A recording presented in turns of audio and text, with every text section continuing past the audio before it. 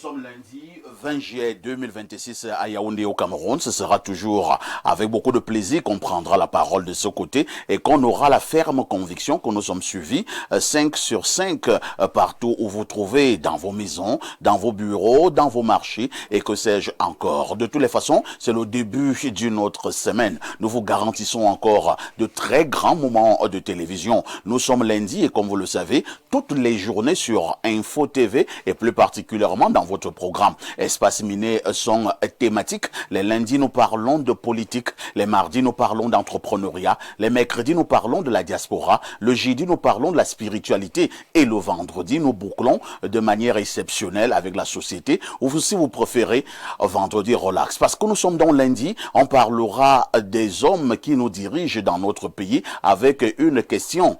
Les dirigeants du Cameroun. Et maintenant, pour ce qui est de la gouvernance, quel est le regard? Quel est le regard que vous posez sur la gouvernance de ceux qui nous dirigent au Cameroun? Échec ou succès? On en parlera certainement avec beaucoup de profondeur. Mais tout ceci, ce sera au canal 6, mais également au canal 508 sur Canal Plus International. Parce que vous regardez Info TV, vous êtes des téléspectateurs privilégiés. Professeur Noubissé, bonjour. Bonjour, monsieur Parfa ici. Bonjour aux co-discutants. Bonjour à vos millions de téléspectateurs. Et le bonheur est pour moi, le plaisir est pour moi d'être là ce matin avec vous et partager cette émission avec vous. Comment vous allez? Je vais très très bien, surtout que j'ai passé un week-end excellent. Excellent. Excellent, j'étais à Kribi. Non, à Kribi. À Kribi. Je pense que le Cameroun a tellement de vertus. C'est un pays béni, tellement magnifique. Quand vous arrivez à Kribi et quand vous avez certaines possibilités qui étaient associées à mon séjour, vous vous rendez compte qu'on ne peut pas se plaindre beaucoup. Dans certains endroits au Cameroun, on a l'impression d'être aux États-Unis.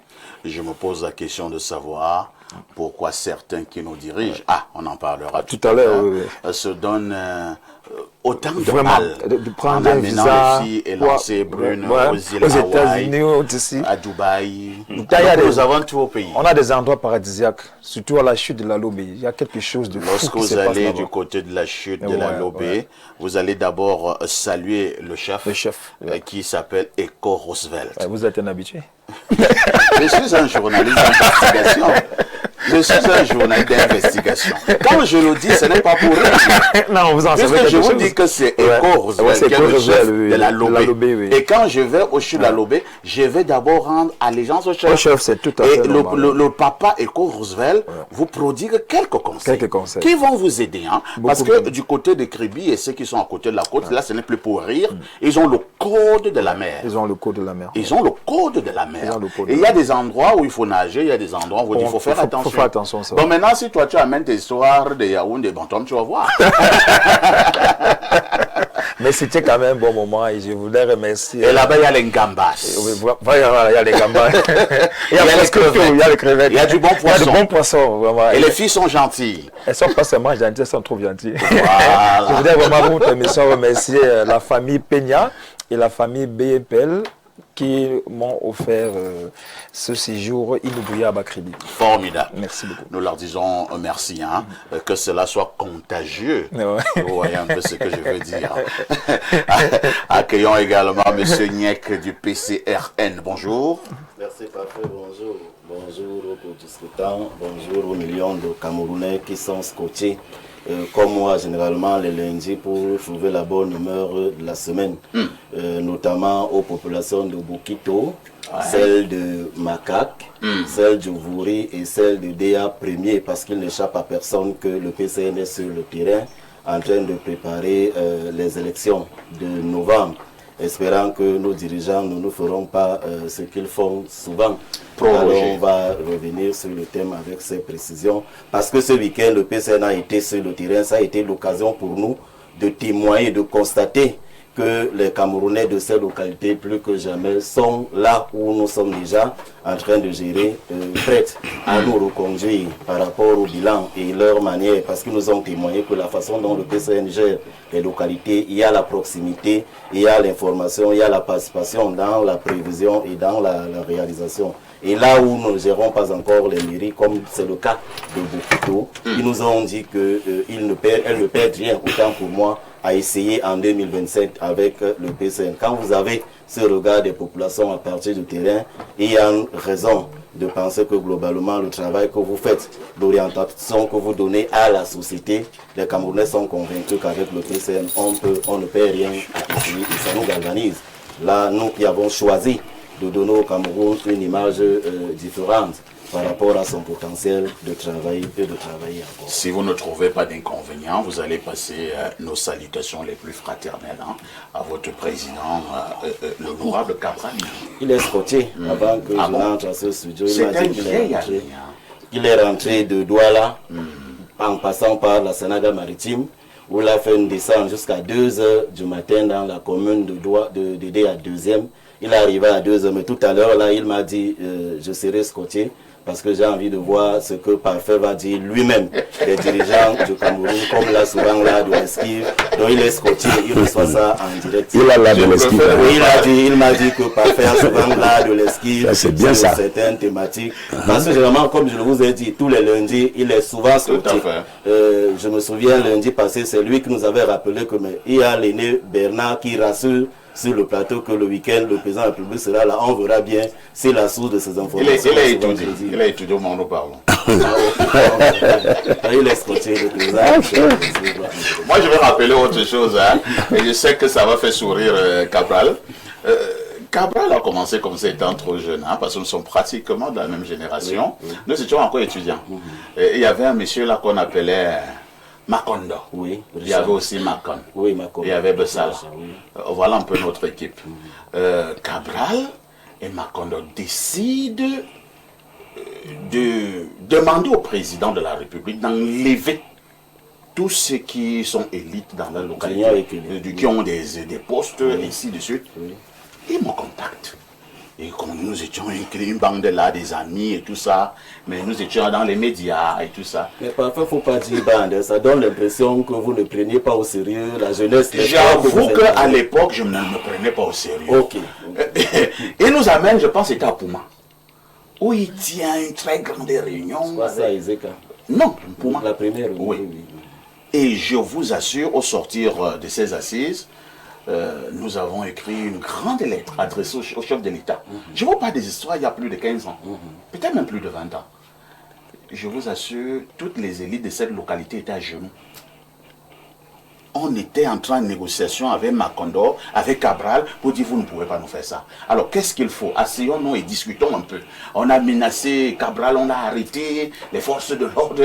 Je ne vois pas d'histoire il y a plus de 20 ans. Et nous étions là.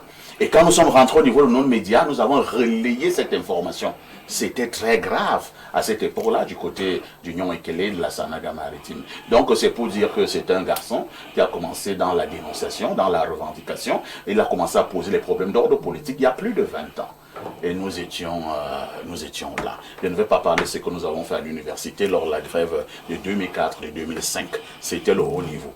C'est un témoignage qui rassure ceux-là qui doutent encore de sa constance, de sa vision, parce que ces dénonciations, en réalité, ce n'était pas pour faire le problème, pour non, pas du tout. Mais elle voulait un Cameroun qu'il pensait qu'on avait le potentiel. Et c'est ce qu'il disait. Et c'est ce qui nous a motivés à travailler à ses côtés, dans l'espoir que bon nombre de Camerounais vont comprendre que c'est important de faire les choses différemment dans l'amour de la patrie pour que le Cameroun aille mieux. Lui s'appelle Bernard Owena, il milite pour le Rassemblement démocratique du peuple camerounais, mais certains comme moi pensent qu'il est un militant d'un autre style au sein du RDPC. Bernard, bonjour. Bonjour, parfait. Ici, je ne suis pas un militant de notre style ou de notre genre. Je suis un bon militant du Rassemblement démocratique du peuple camerounais. Évidemment que Madame Fadimatou est une communicante du Rassemblement démocratique du peuple camerounais. Elle est liée à une ligne éditoriale qui l'oblige à dire des choses pas comme moi. Moi je suis... Non, elle n'est pas libre. Moi je suis libre. Heureusement, Fadimatou elle-même va parler à sa place. Non, je dis qu'elle est communicante du RDPC. Moi je suis militant du RDPC. Militant de base en plus.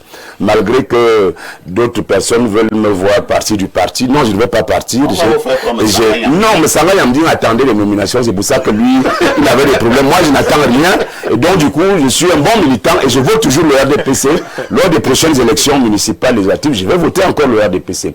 Donc je dis bonjour à mes co-discutants qui sont déjà là, bonjour à tous nos nombreux téléspectateurs qui nous regardent à travers le monde entier. Parfait, ici ce matin, ce lundi matin, je voulais dire bonjour particulier à un haut commis de l'État. Ouais. Il s'appelle Ngane, Sa Majesté Ngane Gustative Léopold. Il est secrétaire général au Sénat. Il est une élite de l'océan, précisément dans l'arrondissement de Campo. Pourquoi je lui dis bonjour ce matin? Parce qu'il organise dans sa circonscription d'origine Campo, dans tous les villages de Campo, une campagne de santé au bénéfice des populations rurales et paysannes de ce côté. La campagne de santé va commencer du 1er août au 9 août de cette année. Et donc, du coup, là-bas, il sera question de dépister toutes les pathologies qui dérangent les populations de ce côté, éventuellement avec des opérations, des interventions chirurgicales. Pourquoi je fais allusion à ça parfait ici? Vous savez que nos villages, dans nos villes même, les populations sont engluées dans une misère, dans une pauvreté indescriptible. Et donc, quand une élite bienfaisante décide de mettre un peu de moyens pour aider les populations, surtout concernant la santé, il faut savoir lui dire bravo et merci. Et j'espère qu'en réalité, Info TV devrait couvrir cet événement. Et je crois que le message est passé. Maintenant, je voudrais faire une dernière parenthèse sur les élites du Mfundi. Les élites du Mfundi se sont réunis hier dans les appartements privés de M. Foudandré, qui est le président de l'antenne communale de Yaoundé 6. En fait, c'était une rencontre statutaire entre le proviseur. Bien sûr, le proviseur du lycée d'Ongwaikele, qui a été proviseur au lycée Leclerc aussi. Au lycée d'Obala, de Bebda, lycée de Biemassi. Il a été le premier directeur du CS de Bingela. Donc, il a fait du chemin. Et c'est lui le président de l'antenne communale des élites du Mfundi 6. L'antenne départementale est chapeautée par le maire de Yaoundé 1er, le maire Abouna Jean-Marie. Et donc, du coup, cette rencontre statutaire avait lieu chez Fouda André pour le compte de l'arrondissement de Yaoundé 6e hier. J'ai été invité parce que je suis membre de cette association. Toutes les élus du Mfundi étaient là, des élus locaux et autres au comité de l'État. Et j'avoue que ça s'est bien passé. En fait, les élus du Mfundi ont pensé quand même réfléchir sur leur avenir, sur les événements à venir, sur le développement, sur la tradition et autres. Donc j'espère que dans les prochaines semaines, dans les prochains mois également, nous aurons des résolutions beaucoup plus concrètes qui permettront d'avancer pour pérenniser un certain nombre de valeurs dans notre département. Merci Bernard Owona pour toutes ces informations fraîches, informations politiques dans le département du Mfundi, siège des institutions. Accueillons également Fadimatou Minche Bengono, que j'appelle affectueusement la plus belle femme du RDPC, et cela ne lui vaut pas que des amitiés et du sourire. Fadimatou, bonjour. Bonjour Monsieur Parfait, bonjour aux panélistes, bonjour aux millions de téléspectateurs qui nous font l'honneur de nous regarder ce matin. Comment tu vas? Je vais tout doucement. Vous m'avez l'air légèrement pâle. Le froid vous emporte? Pas vraiment. J'ai été souffrante pendant 2-3 semaines. Je suis encore dans la convalescence, mais ça va, vous savez. Parfois, on a l'impression qu'être malade, c'est être faible. Et j'ai horreur d'être faible. Vous êtes une Amazone. Ah oui, il faut être debout. Merci Fadimatou d'être parmi nous ce matin. Il y a mon ami qui parlait de Bernard. Temps libre. Oui. Ah, c'est l'autre qui disait, ah, Doyen n'est pas libre. Ça va abuser parce que... Et il a confirmé, oui. Ça va abuser parce que lorsqu'on est communicant d'un parti politique, le B.A.B.A. c'est la discipline. Tout à fait. Lorsqu'on est militant d'un parti politique, le B.A.B.A. c'est la discipline. Il ne viendra jamais sur votre plateau parler de Faro de Bois, dont on parle dans les réseaux sociaux, parce qu'il a une ligne directrice. Cela signifie donc que Bernard Owona est indiscipliné. Non, et en ce qui concerne M. Bernard Owona, il vous l'a dit. Ses prises de position concernant le RDP commencent à vous gêner. Non, je vous en prie. Avez-vous déjà été inquiété? Je doute fort. Oui. Il y a un de vos membres du comité central qui a vu le PDG de cette chaîne pour que je ne vienne plus ici. Vous savez, oui, permettez. Qu'est-ce que le type là vient encore faire là-bas? Il vous embarrasse. Monsieur Parfait ici, Monsieur Owona, en tant que militant du RDPC, peut vous dire combien de membres du comité central le RDPC compte? Est-ce qu'une voix officielle Par exemple, je porte la voix officielle du parti. Le parti est encadré par un règlement intérieur. Et en aucun moment, nous avons vu Télé Onana traîner le RDPC là où il voulait. On ne l'a jamais inquiété. En revanche, lorsque nous voyons dans d'autres partis politiques, dès que tu commences à parler, c'est des menaces de mort. C'est pour vous dire, le RDPC a commencé la démocratie au sein du RDPC. Quand on n'avait pas encore ouvert la voie aux multiples. Mais Sanga Yamzing peut également le confirmer.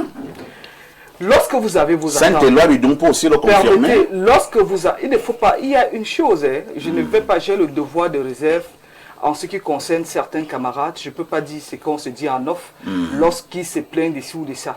Les gens viennent avec des ambitions. On ne peut pas le leur refuser. En revanche, quand vous acceptez de militer dans un parti politique, c'est comme le sacerdoce. Et nous avons l'habitude de dire, à un moment donné, il faut avoir ces reculs pour se dire, tout vient à point. À qui c'est attendre. Sauf que beaucoup n'ont pas.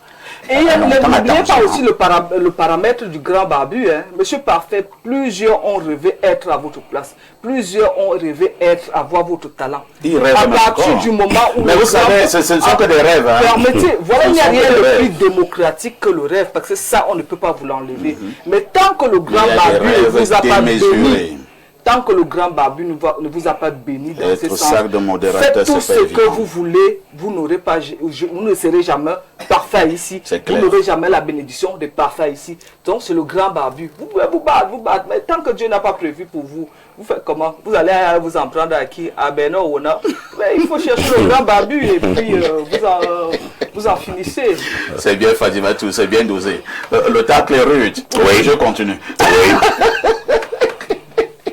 Alain, bonjour. Bien bonjour, parfait, c'est un plaisir d'être là pour le premier jet d'Espace Mini de la semaine. Je salue comme ça les co-discutants déjà installés, la grande rédaction d'Info TV et son top management. Sans nul doute, on passera un grand moment de télé. 10h, 11h52, qui dit mieux?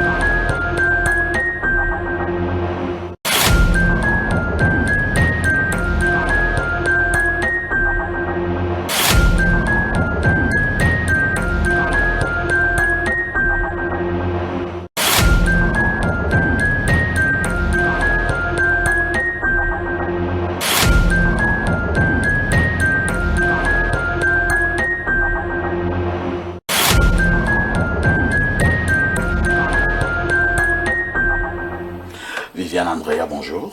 Bonjour, parfait ici et bonjour à tous les panélistes. Comment tu vas? Je vais bien, je vais très bien. Il faut dire qu'en l'absence de TVB ce matin, tu vas le remplacer au niveau de la quintessence de l'information parue en kiosque au Cameroun. Exactement. On commence par le trophée, mais on finit par le trophée.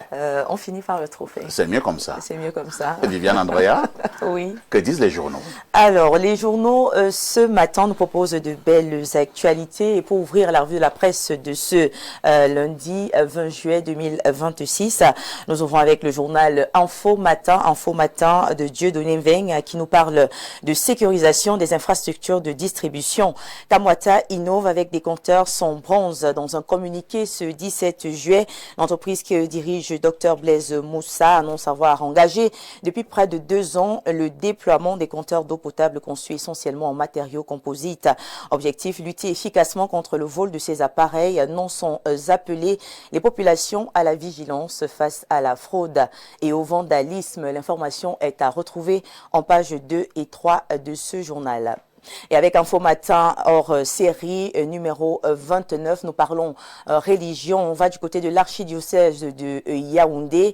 On s'intéresse à la paroisse Sainte-Elvire. Déjà 1 an, c'est ce que nous dit le journal Info Matin hors série, en présence du promoteur Luc Magloire Mbarga à Tangana, par ailleurs ministre du Commerce et de nombreux fidèles. Une messe d'action de grâce dite ce 19 juillet par Monseigneur Jean Barga, archevêque métropolitain, marque donc la célébration du premier anniversaire de l'église de Nsazomo dans l'arrondissement de Nkola Famba, département de la Mofu et à Famba. La cérémonie est également ponctuée par la bénédiction de la salle de fête et des nouveaux locaux paroissiaux.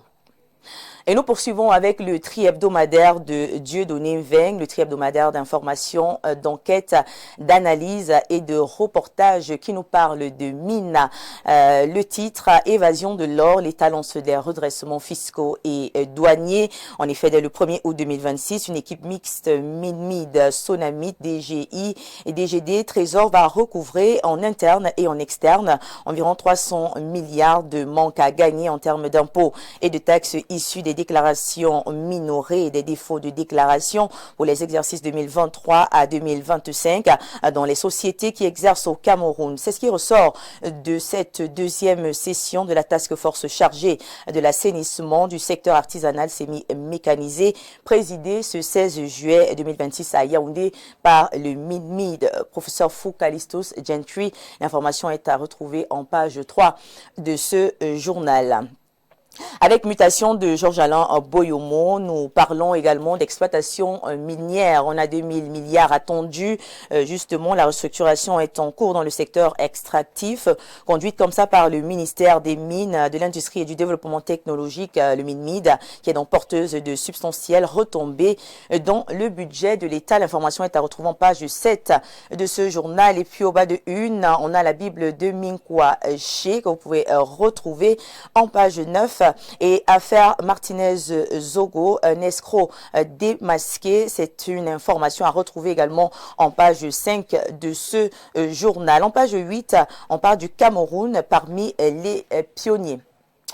Le prochain journal est celui de Marie-Claire Nana, Cameroun Tribune, qui nous parle ce matin de coopération entre le Cameroun et le Tchad. On parle de concertation continue. Le porteur d'un pli fermé du chef de l'État tchadien à son homologue camerounais, le ministre d'État, ministre des Affaires étrangères, de l'intégration africaine et des Tchadiens de l'étranger, le docteur Abdoulaye Sabré Fadoul, a été reçu vendredi au Palais de l'Unité par le ministre d'État SGPR Ferdinand Ngongo au nom du président de la République. L'information est donc à retrouver en page 2 de ce journal. Au bas de une, on parle de chasse aux faussaires dans le cadre de la chirurgie esthétique. Et puis vous pouvez également retrouver cette autre actualité, Spendlift Trophy 2026 Coupe du Monde. Voilà, parlons de la Coupe du Monde 2026. Toutes ces informations sont à retrouver dans ce journal que nous propose Marie-Claire Nana. Et nous poursuivons avec le jour de Aman Mana qui nous parle de Stéphane M. Bafou. De ce côté, c'est une interrogation. Pourquoi la décentralisation piétine-t-elle au Cameroun? Plus de réponses en pages 4 et 3 de ce journal. Au bas de une, on parle de Viva Espana avec la Coupe du Monde 2026 et puis justement de territoire d'escroquerie au nom de Eco, tentative d'escroquerie au nom de Eco.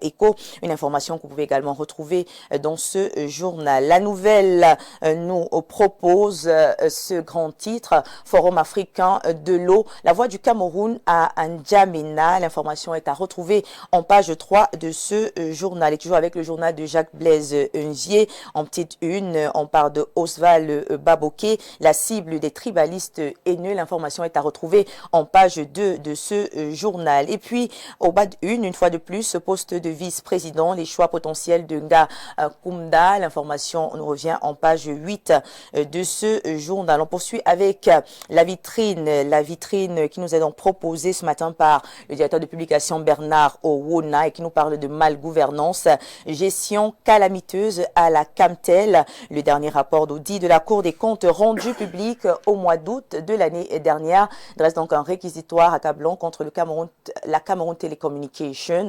Donc la Camtel, opérateur historique, est présentée comme une entreprise minée par des dérives financières et managériales qui menacent sa pérennité. Évocation en page 3 de ce journal. Et nous quittons de la malgouvernance pour le barrage de Kiko Mbebe avec un éléphant blanc de trop, l'incertitude totale de la concrétisation dans les détails, dans les délais de ce projet stratégique dédié à la souveraineté énergétique. C'est une actualité que vous pouvez également retrouver en page 7 de ce journal. Sans détour, nous parle d'activités illégales, une association dans le viseur du MINAT. C'est le titre que nous propose ce journal. L'association dénommée Nations Unies des droits de l'homme, police d'intervention générale, est donc interdite d'activité sur toute l'étendue du territoire national suite au retrait de son récépissé de déclaration délivré par la préfecture de la Meufoué à Famba. Des mesures actées par le ministre de l'administration territoriale le 16 juillet dernier. Les informations sont à retrouver en page 2 de ce journal. Avec le journal Repère, nous parlons une fois de plus de religion. Voilà, on parle du MINAT une fois de plus avec la liberté de culte. Réveil tardif du MINAT. Fermeture annoncée de 1400 églises non conformes pour la Tangandji espère ainsi mettre fin à l'anarchie qui règne dans ce secteur dont l'expansion rapide échappe au contrôle de l'État. Ces décisions arrivent malheureusement après le meurtre au couteau d'une fillette de 11 ans à Yaoundé sur recommandation du prophète d'un temple démoniaque. Et puis au bas de une, on a la Banque africaine de développement qui est évoquée avec 423,5 milliards de francs CFA au profit du Cameroun. On parle également des LECAM cibles, les peuples autochtones. Parlons des listes électorales. L'information est à retrouver en page 2 de ce journal. L'œil du Sahel de Guibaï Gatama nous parle et nous déporte surtout à Garoua. 15 disparus après le naufrage d'une pirogue. C'est la grande une de ce journal. Et puis à Zamaï, odeur de corruption dans la succession du Lamido. À Garoua, une fois de plus, des vêtements de luxe issus de la poubelle. L'information est à retrouver en page 11 de ce journal. Et on parle également de collecte de l'or dans les sites de production, la douane et les impôts désormais directement impliqués aux côtés de la Sonamite. Cette information est à retrouver en page 7 de ce journal. Et nous refermons cette revue de la presse acte 2 de cette journée du lundi avec le journal Popoli Créator qui nous parle d'électricité. L'État risque de laisser Socadel dans le noir. L'information est donc à retrouver dans ce journal.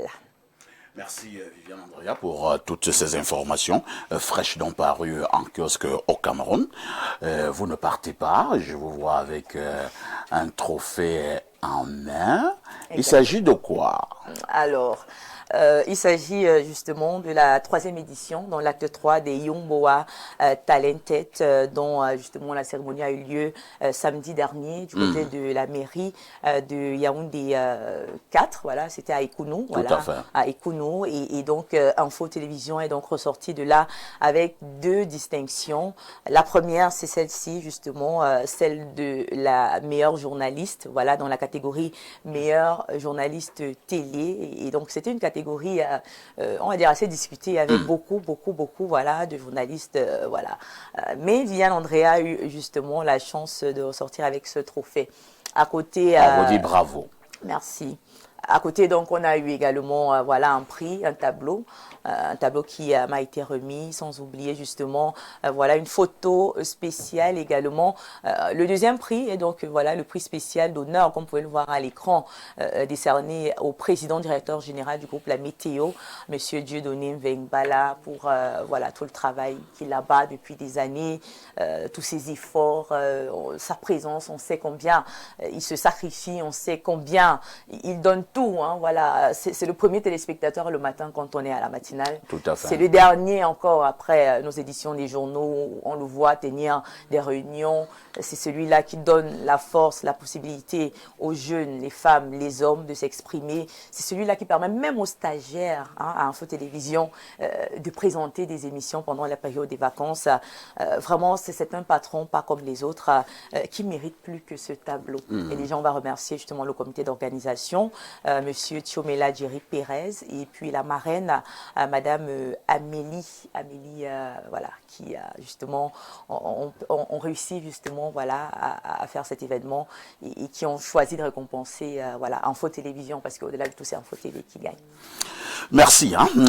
Félicitations encore Viviane. Merci, parfait. La Vivi internationale. Félicitations naturellement à celui que j'appelle depuis une quinzaine d'années mon très grand frère. Exactement. Il s'agit de M. Dieudonné Mvengbala pour ce prix également et pour ce diplôme. C'est la preuve de ce que seul le travail paye. Hein. Seul le travail paye. Je vous disais la dernière fois que je suis en train d'aménager une chambre chez moi, rien que pour les prix. Oui, les prix, c'est vrai que vous en avez déjà assez. Et justement... J'ai eu un autre prix de ce côté, mais je ne veux pas en parler parce que bon, ça commence à être gênant. On en parlera dès que le prix sera là. Non, on va parler en off. En commençant par Bernard Ouona. Oui. Il nous a dit la vente que Aïssu nous dérange déjà. Avec les prix. Donc, bravo, c'est le travail qui paye. Et à ce niveau-là, nous remercions toujours parce que c'est une chaîne de télévision. Oui. On dit bien une chaîne. Nous remercions nos technico-artistiques. Hein. Ils sont monteurs, ils sont diffuseurs, ils sont cadreurs, ils sont maquilleurs, maquilleuses, réalisateurs, et tout. Ils sont même vigiles. Parce que c'est eux qui assurent notre sécurité ici. Nous disons merci également à nos nombreux téléspectateurs. Oui. Parce que si nous parlons ici et que personne ne nous regarde, vous n'aurez pas eu les prix là. C'est vrai, ça n'aura pas le même impact. Et puis ce sont eux qui votent, parce qu'il faut dire que ces awards voilà, ont deux parties. Il y a la partie des votes et puis il y a la partie du jury qui délibère après. Donc on a besoin toujours de nos téléspectateurs au quotidien pour nous regarder, nous encourager, et ça me donne la force de me lever tous les matins. Viviane, restez toujours humble. Hein, merci parce beaucoup. Que ce qui arrive souvent aussi à certaines personnes, c'est que quand tu commences à avoir des prix, les petits garçons au quartier, comment tu dis, viens, t'es trop jolie, t'es la meilleure. Tu commences aussi à, tu vois, reste humble, la tête sur les épaules. Merci, parfait. Et Dieu fera le reste. Merci beaucoup. Viviane, on se dit probablement à demain 10h. À demain 10h, parfait ici, merci. Parce que vous regardez Info TV, vous êtes des téléspectateurs privilégiés.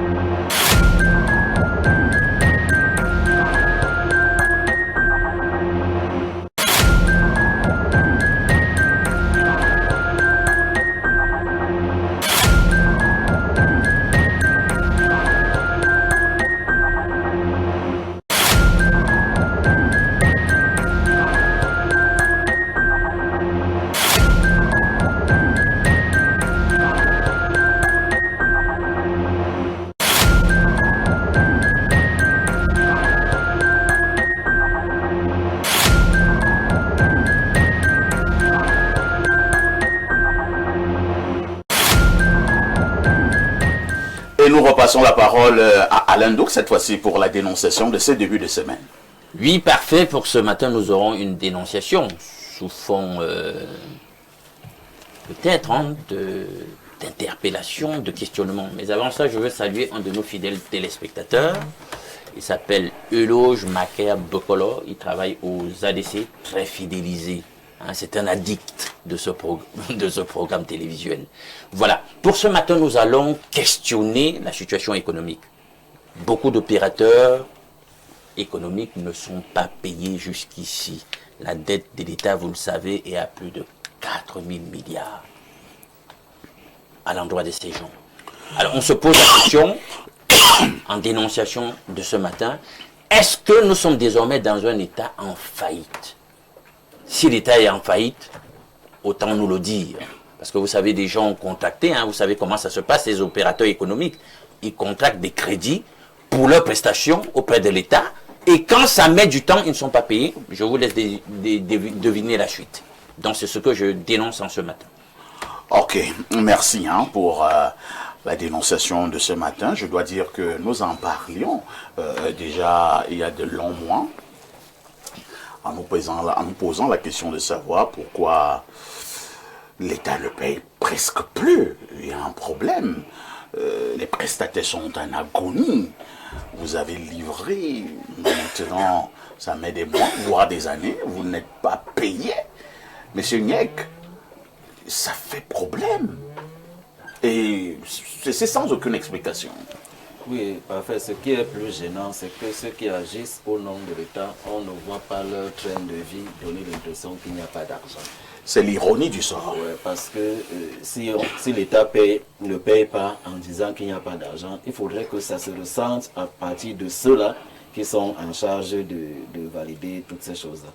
En fait, vous savez, on mise sur la jeunesse, on mise sur le potentiel national.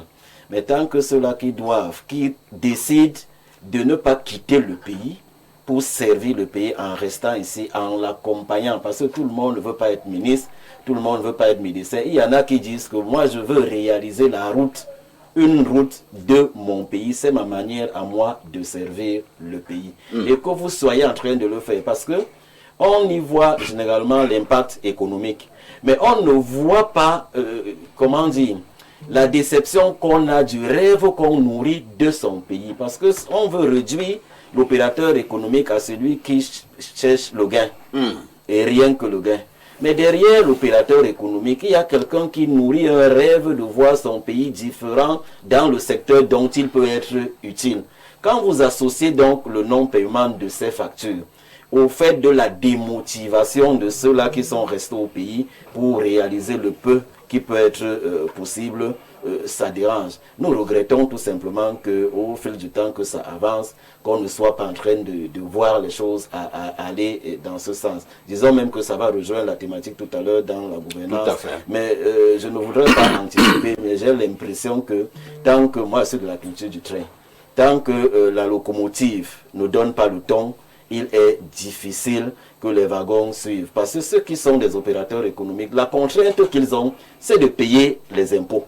Donc vous ne pouvez pas vous effacer, vous exonérer de la patente, du paiement de la patente en disant que vous avez des factures qui ne sont pas payées. Que fait donc l'État de l'argent qu'il reçoit tous les trimestres, tous les ans de ces prestataires de services, pendant qu'à côté, il y a les factures impayées? Nous ne comprenons pas. Disons que je ne sais pas, peut-être comme il y a les responsables du RDPC qu'on ne va pas confondre systématiquement au gouvernement, mais peut-être eux auront la matière à nous dire pourquoi cela, pourquoi ça ne change pas, pourquoi il n'y a même pas un début d'espoir là-bas de voir que quelques factures peuvent être payées. C'est triste, finalement, pour les opérateurs économiques et les Camerounais que nous sommes de manière générale.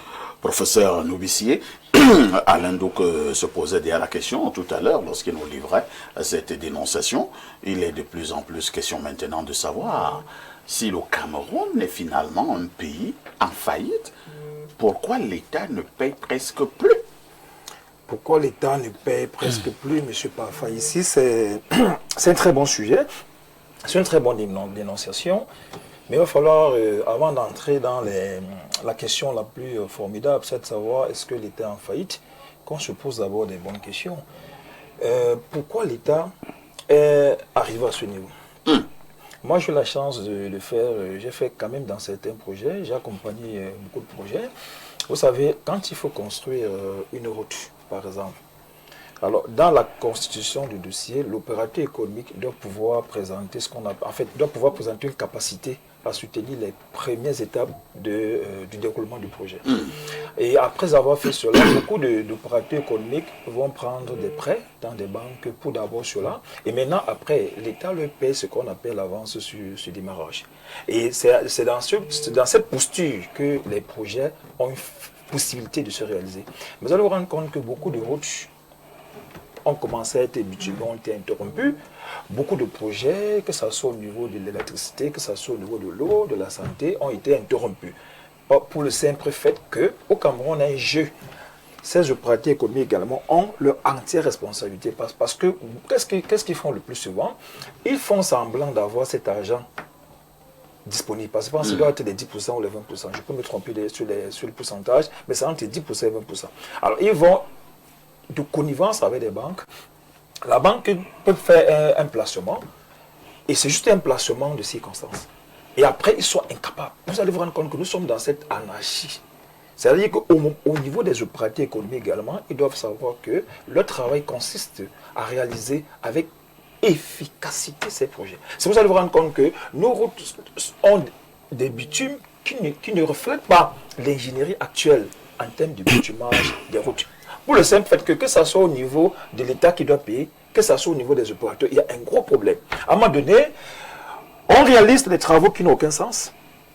Et l'argent du contribuable camerounais, la richesse de la patrie, tout ceci pris en otage. Bon, il y a un grand problème maintenant. Alors maintenant, une autre difficulté, c'est l'impact sur le train de vie de la population. L'impact sur le train de vie de la population. Maintenant, quand on parle de la faillite, je dois être c'est difficile pour moi de dire que l'État est en faillite quand on essaie de voir le rythme de vie, le train de vie de ceux-là qui nous gouvernent. Et chaque jour, on parle de réduire ces trains de vie, mais apparemment, rien n'est fait. Sur le plan pratique, ce n'est pas ce qu'on observe. Sur le plan pratique, ça a plutôt augmenté. C'est pas ce qu'on observe. On a l'impression qu'on a deux ou trois Cameroun, deux ou trois types de Cameroun.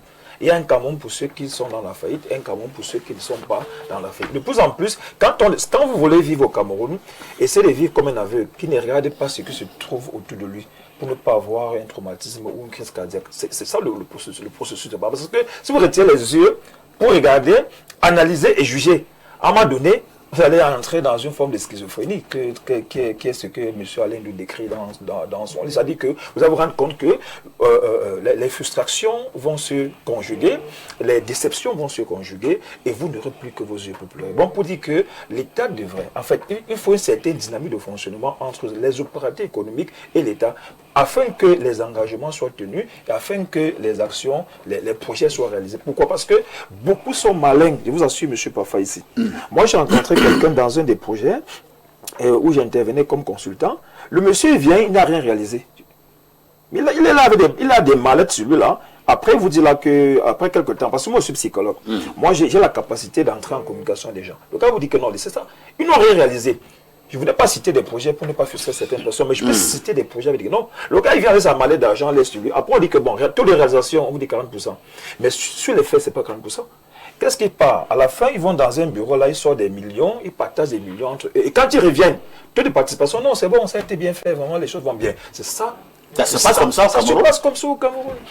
Ça veut dire que même ces opérateurs économiques, il ne faut pas les prendre comme s'ils étaient sains. Il y a un vrai problème. Il y a un grand problème. À un moment donné, c'est cette magot qui fait que l'État s'enrichit et les opérateurs économiques s'enrichissent. Et dans la réalisation, non, mais est-ce que c'est l'État qui s'enrichit? L'État s'enrichit pourquoi? Parce qu'au jour d'aujourd'hui, s'ils ne payent pas les factures, et ceux qui sont dans la mouvance, dans la chaîne, ils savent comment ils s'enrichissent là-bas. Ceux qui sont dans la chaîne, c'est-à-dire que ceux qui sont dans les projets, vous assure, ce sont des expériences vécues. Des expériences vécues. Les gens viennent là, on ne réalise rien. Moi, je prends un projet, vous posez une question bête. Si vous êtes en train de construire une maison, M. Parfa, ici, vous envoyez un ingénieur, vous êtes peut-être à l'étranger, vous avez envoyé de l'argent à quelqu'un, et qui vous dit que la construction a atteint un taux de réalisation de 40%. Vous quittez l'Europe pour venir regarder la production, la réalisation, vous attendez à quoi? Quand il s'agit d'une maison. Ça, vous voyez l'évolution. Au moins, les fondations. Mais on vous dit que toutes les organisations, c'est à 40%, la fondation n'existait pas. On a des fichiers. Je vous assure, c'est le jour-là qu'on est venu avec un camion pour terrasser, pour ouvrir. Moi, je parle là en tant que psychologue et en tant que scientifique. Je ne voudrais pas entrer dans les débats politiques. Bon, pour dire que ça soit au niveau des autorités économiques, que ça soit au niveau de l'État, il y a un grand problème. Maintenant, la faillite de l'État, que l'État assume, que l'État dise la vérité. Si l'État est en faillite, quand tu es dans ta maison, quand les caisses ne donnent pas, tu appelles ta femme, tes enfants pour leur dire que les gars, c'est chaud, on doit réduire le train de vie. Ça ne va pas. Mais si l'État n'a pas encore ouvert la bouche pour dire que ça ne va pas, nous pensons que l'État n'est pas encore en faillite, mais que l'État essaie de faire une synchronisation avec les autorités économiques afin que le train de vie, les conditions de vie des Camerounais puissent s'améliorer. Fatima Tour, Bangonan, quel est le commentaire que vous posez sur cette dénonciation lorsqu'on vous fait quand même comprendre qu'ils sont des milliers de prestataires de services qui attendent d'être payés depuis de longs mois, voire des années, et cela amène les uns et les autres à se poser la question de savoir si l'État est en faillite. Merci Alain, merci à vous pour cette dénonciation, bien cette lumière sur ce qui peut être appelé la dette intérieure de l'État. Tout à fait. La dette intérieure de l'État qui ne se limite pas seulement au niveau de la dette auprès des entreprises, il y a également la dette auprès des fonctionnaires. Parfois, c'est des rappels, c'est le non-paiement de ci, c'est le non-paiement de cela. Mais lorsque nous suivons, nous écoutons le ministre des Finances et lorsque nous consultons les documents, nous nous rendons compte que progressivement, l'État apure les dettes. Vous avez souvenance, il y avait à un moment donné un rendement sur les OTS. J'aurais bien aimé qu'ils viennent sur ce plateau pour dire oui, à l'état où nous sommes, nous avons été payés à tel moment. On a trop supporté. Oui, nous avons été... Non, je traduisais OTS, ce n'était pas pour vous contrer. Non, je dis il y avait tellement de...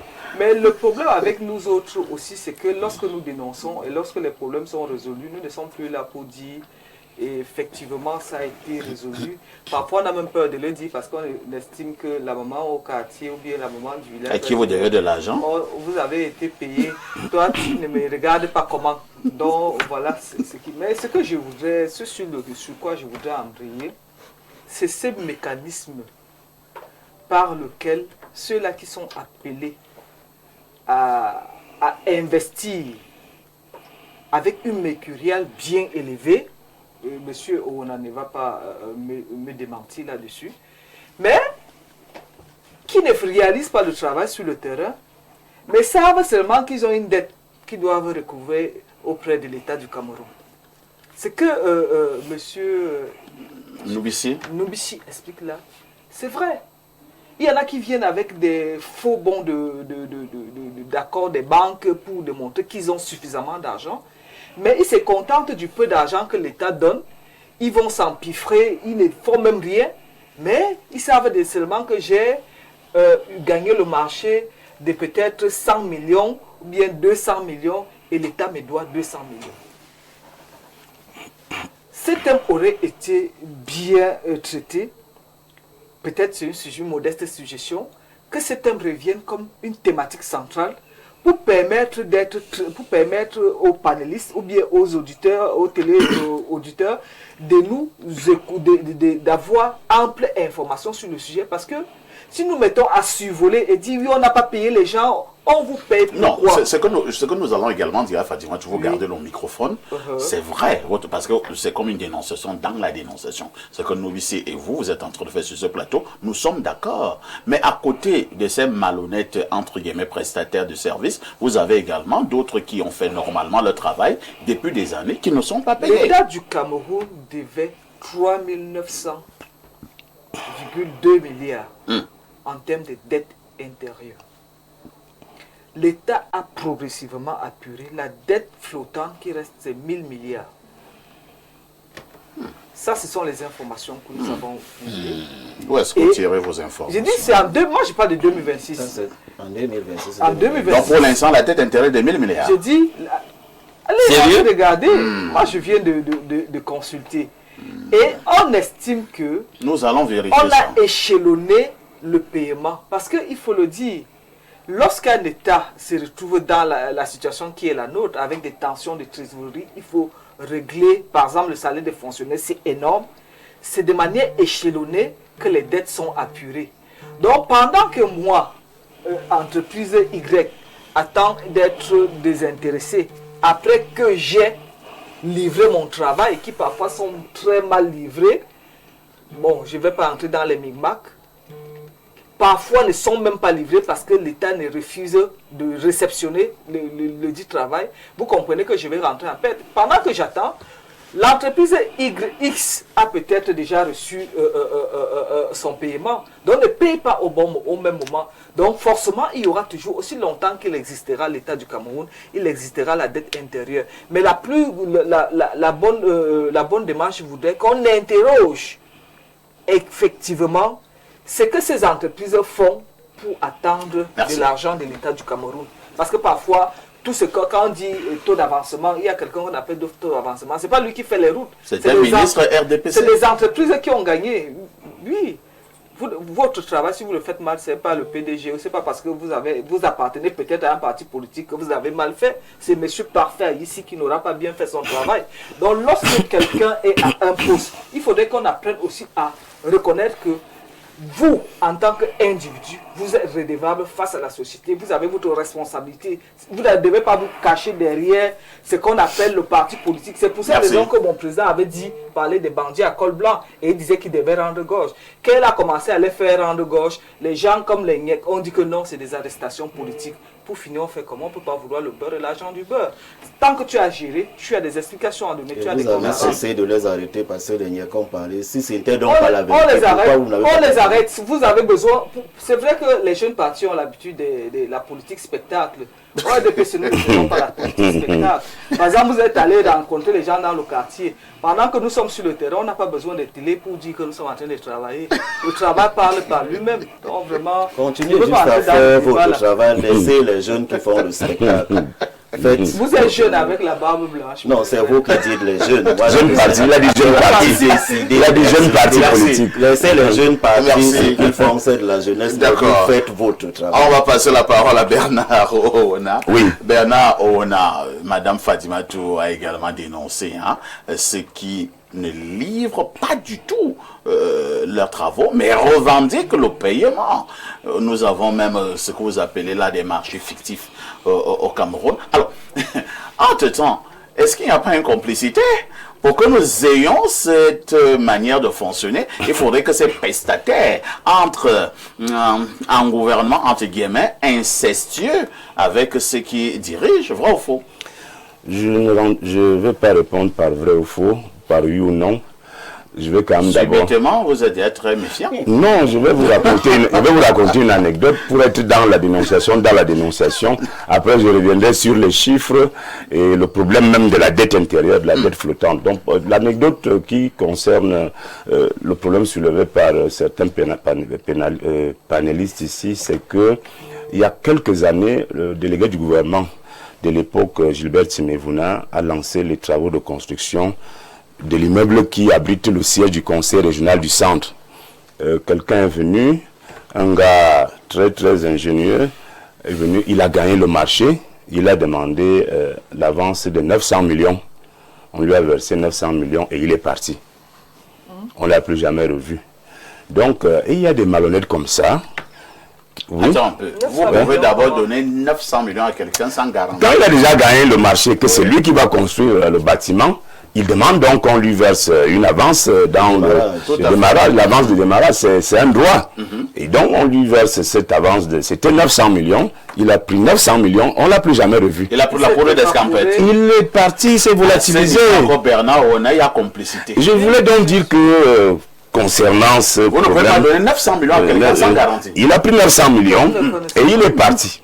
Les travaux se sont arrêtés, on a mis pendant longtemps là, et puis après, la communauté urbaine qui est quand même à l'époque de Tsimévouna, avait beaucoup d'argent, a donc refinancé les travaux, et tant mieux, ça a été, les travaux se sont achevés, et aujourd'hui le bel immeuble est là, l'édifice est là. Ça, c'est ce qu'on vit régulièrement aussi, des entrepreneurs vraiment malhonnêtes, méchants, qui viennent là, ils prennent de l'argent pour lancer des chantiers, malheureusement, qu'ils ne lancent jamais ou qui font semblant de lancer. Et puis, une fois lancé simplement, à grand renfort de publicité, pap, et c'est parti, le gars, il gère l'argent pour autre chose. Parfois, ici, le problème de la dette au Cameroun est un problème très préoccupant. Il est même très sérieux, c'est très loin ce qu'on veut évoquer là en minimisant la réalité. D'abord, les chiffres, j'ai les chiffres dans mon téléphone, là je vais chercher ça avant la fin de l'émission. Les chiffres de la dette intérieure, dette flottante, il y a un communiqué que le ministre des Finances Motazé a commis il y a un mois environ, qui a été d'ailleurs publié dans les colonnes de beaucoup de journaux, dont le mien. Il parlait de plusieurs milliers de milliards de francs CFA de dette intérieure. La dette intérieure, dette flottante, il y avait les fonctionnaires, il y avait tout ce que là, Madame Bongona a évoqué là, mais beaucoup plus la dette due aux entreprises. Vous voyez parfois ici, il y a des entreprises qui sont à 20 ans, à 25 ans, ils attendent d'être payés. Au Cameroun, ça existe au ministère des Finances. Le problème de la dette, l'État préfère privilégier la dette vis-à-vis des bailleurs de fonds et des partenaires multilatéraux. C'est là-bas que l'État a une pression, une contrainte même. L'État honore là-bas, mais au niveau du Cameroun, l'État paye quand il veut, pas même quand il peut, parce que l'État peut s'organiser à payer de temps en temps cette dette-là, mais je vous dis qu'il y a énormément d'entreprises et de personnes qui croupissent dans la misère aujourd'hui parce que l'État n'arrive pas à payer cette dette intérieure, cette dette flottante. Il faut comprendre que si nous sommes à 4 000 milliards de dettes, par exemple, et que l'État paye au moins le tiers, c'est quelque chose, c'est une bouffée d'oxygène pour l'économie parce que ça relance des entreprises, ça injecte à nouveau l'argent dans le circuit. Attendez un peu, hein, Bernard, on a peut-être même que le sujet inscrit à l'ordre du jour et la dénonciation sont étroitement. Oui, c'est lié. Je vais poser la question de savoir. Lorsque vous suppliez même à l'État de payer au moins le tiers, mais moi je trouve qu'il y a un problème. Parce que quand je regarde le train de vie de ce même État, le train de vie de ceux qui nous gouvernent, moi j'ai l'impression que le Cameroun est un Eldorado. Oui, parfois ici, je vais prendre un exemple qui va vous surprendre. Moi je pense que les dirigeants, l'État est malhonnête. L'État est malhonnête parce que je prends l'exemple de l'office du bac. Oui. Vous avez vu avec quel ton le directeur de l'office du bac a parlé aux enseignants. Qu'est-ce qu'il a dit? Il a sorti ses résultats. Il a dit qu'il n'avait pas besoin d'eux pour délibérer. Ah bon? Oui. Et donc, du coup, vous comprenez que le problème la malhonnêteté de l'État, c'est que la condescendance. Il y a l'argent au début de l'année scolaire pour les examens. Des milliards. Oui, il y a des milliards.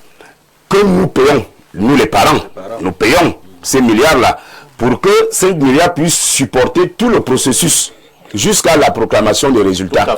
Entre-temps, donc, ceux qui gèrent cet argent, ils sont carrément bien installés dans leur bureau feutré. Ils font des calculs. D'autres même ont dit qu'ils font l'usure. Il arrive donc en fin d'exercice, en fin de processus. Les acteurs majeurs qui sont les enseignants sont à 1 an, 2 ans, 3 ans d'impayés de frais de correction qui ne représentent d'ailleurs rien du tout. Pour un enseignant, parfois c'est 25 000, parfois c'est 30 000. Vous voyez un peu, c'est selon le nombre de copies, le volume de copies, ça te donne 50 000 maximum pour ceux qui corrigent vite, qui sont rapides. Et donc, du coup, vous voyez que dans cette façon de faire, vous comprenez que les gens sont malhonnêtes. Les gens sont très malhonnêtes parce que vous ne pouvez pas avoir ces milliards-là et oublier à la fin de la chaîne ceux qui sont les acteurs majeurs de ce processus d'examen au Cameroun. Donc ça c'est un exemple pour dire quoi? Pour dire que quand vous voyez un peu comment fonctionne l'État à travers le ministère, parfois ici si vous avez visité le ministère des Finances, vous allez comprendre beaucoup de choses. Si vous visitez le ministère, c'est très compliqué là-bas. Ah bon? Oh là là là là. Le ministère, on peut essayer d'investiguer. Non, le problème c'est que si vous allez là-bas, vous êtes un grand journaliste qui est connu, on va vous ouvrir rapidement la porte. Il y a même un directeur qui peut vous farouter parce qu'il vous voit souvent à la télé. Là tout est beau, là tout est bien. Et tu diras que ça c'est bien. Mais je dis qu'il y a un autre côté qui est vraiment noir. Que quand vous arrivez là-bas, c'est l'opérateur économique qui connaît ce côté-là parce que il monte, il va à la direction des affaires juridiques, il va au quartier Fouda, là on va vérifier ça. Et il va chez le DAG. Il va chez le DAG, il va. Il monte et des années parfait. Il y a des gens qui vont au ministère des Finances depuis 10 ans pour se faire payer. Les chaussures sont même déjà inclinées comme ça. Il n'a même plus de quoi manger. Parfois, il ne paie même plus le taxi. Je ne parle pas de loyer pour ceux qui louent. Et ça devient... Vous demandez, est-ce que le taxi n'a pas un visage humain? Un État doit avoir également un visage humain pour que quand les populations, le peuple crie, qu'ils puissent réagir de façon normale. Alain Luc, que faisons-nous? Parce que le problème est posé. Et Bernard disait qu'il est d'ailleurs préoccupant. C'est un problème sérieux. Le non-paiement de factures. Toi et moi, on ne pourra rien faire. Ni aucun Naturellement. De ceux qui sont ici sur le plateau. Ça, c'est sûr. Bon, par rapport à l'information donnée par Fadi, il y a nos confrères d'Ecofinance quand même qui disent que cette dette due aux opérateurs économiques, je cite une portion de l'article, cette dette due aux opérateurs économiques nationaux s'inscrit dans un encours global de la dette intérieure de l'administration centrale qui s'élève à 5 125 milliards de francs CFA, englobant également les titres publics et les conventions structurées. Donc on voit qu'en réalité, si la caisse autonome d'amortissement a gardé un petit flou dans sa dernière note de conjoncture sur la dette, on comprend pourquoi. Parce que quoi qu'on dise, ce sont des institutions quelque peu politiques. Voilà, donc le fait est là. Maintenant la question c'est, est-ce que l'État est en faillite? Bon, je ne pourrais pas répondre de façon tranchée, mais je dirais quand même que on n'est pas loin du défaut de paiement, vous le savez très bien. Parce que même pour les informations que Fadi donne là, où on a payé ci, on a payé ça, le drame c'est qu'on prend des emprunts pour payer. Ça, c'est un code très dangereux. C'est ça le problème. C'est tout le problème RSC. C'est ça le problème. Avec intérêt. Bien sûr, des intérêts quasi usurés parce qu'on n'est plus sur le marché financier. L'entité Cameroun, c'est plus trop ça. Voilà. Donc, en raison justement de la qualité de la gouvernance, on nous pratique des taux d'intérêt vraiment qu'on accorde à des destinations vraiment risquées. Donc, c'est là où nous en sommes. Et vraiment, il faut une réinitialisation. Moi, je l'ai toujours dit. Il faut repenser tout le système, totalement, et se mettre sur une nouvelle trajectoire, une nouvelle dynamique. Qu'est-ce que vous appelez repenser tout le système? Parfait. C'est-à-dire nous quitter du projet de société qui était celui du RDP, c'est le libéralisme communautaire, il n'est plus d'actualité. Allez maintenant dans le projet du PCRN, par exemple. Je ne suis pas du PCRN, il faudrait qu'il se fasse élire, mais on doit confronter de nouveaux types de projets de société et les Camerounais doivent s'identifier dans un nouveau projet de société qu'on va implémenter. Mais vous savez, vous pouvez avoir le plus beau des projets. Si vous n'avez pas des hommes qui peuvent les porter, c'est aussi un problème. Donc vraiment, il faut un nouveau leadership, des gens sérieux, des gens consacrés, vraiment, et qui ont à cœur de relever le pays, de le reconstruire, qui ne pensent pas à eux. Parce que moi, je vois plutôt des gouvernants qui sont dans une dynamique et une logique de rentière. En fait, je vois des gens qui pensent plus à eux qu'à la communauté. Et c'est ça le drame du pays en ce moment. Oui, Fadi, en quelques secondes. En quelques secondes, ce que je voudrais dire, oui, lorsque vous demandez de manière subtile à M. Doxy, on doit virer vers le programme politique de M. Niek, ça me fait sourire parce que ceux-là... Parce qu'apparemment, votre programme, il a échoué. Parce que ce qui est constant, ce qu'il faut reconnaître, c'est que ce sont les citoyens camerounais, indépendamment de leur parti politique. Je ne vais pas revenir sur les affaires de marché de Covid qui a fait charrier beaucoup de débats. Ce sont les acteurs publics, les citoyens camerounais qui parfois ont des entreprises, parfois sont des parlementaires, ont des entreprises qui gagnent des marchés publics. Est-ce que ceux-là font... Pourquoi viser simplement les parlementaires? Non, je dis parfois. Est-ce que il y a un parlementaire parmi nous qui... Oui, j'ai vu le nom. Ils ont toujours dit que c'était faux. C'est de quelle part? On avait la corrélation avec le PCRN. Beaucoup de parlementaires très critiques. Très critiques. Ouais. Pourquoi vous faites ça? Je ne parle plus alors. Bon, Niègle voulait reprendre la parole. Je ne sais pas s'il dira un mot sur certains parlementaires qui sont dans la sauce anti-Gilbert. Mais moi, je parlais du non-paiement de factures, hein, de manière générale. Oui, Mr. Niègle. Dans l'élégance et la courtoisie, ce n'est pas dans les habitudes du PCRN d'aller au front avec les femmes, surtout. Ah, vous êtes élégant et galant. Féminine.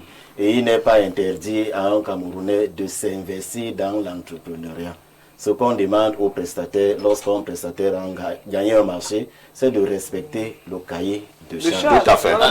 C'était là l'entrée. Oui. Et je voulais dire que ne glissons pas. Non, mais il y a des fonctions qui ne correspondent pas à certaines activités.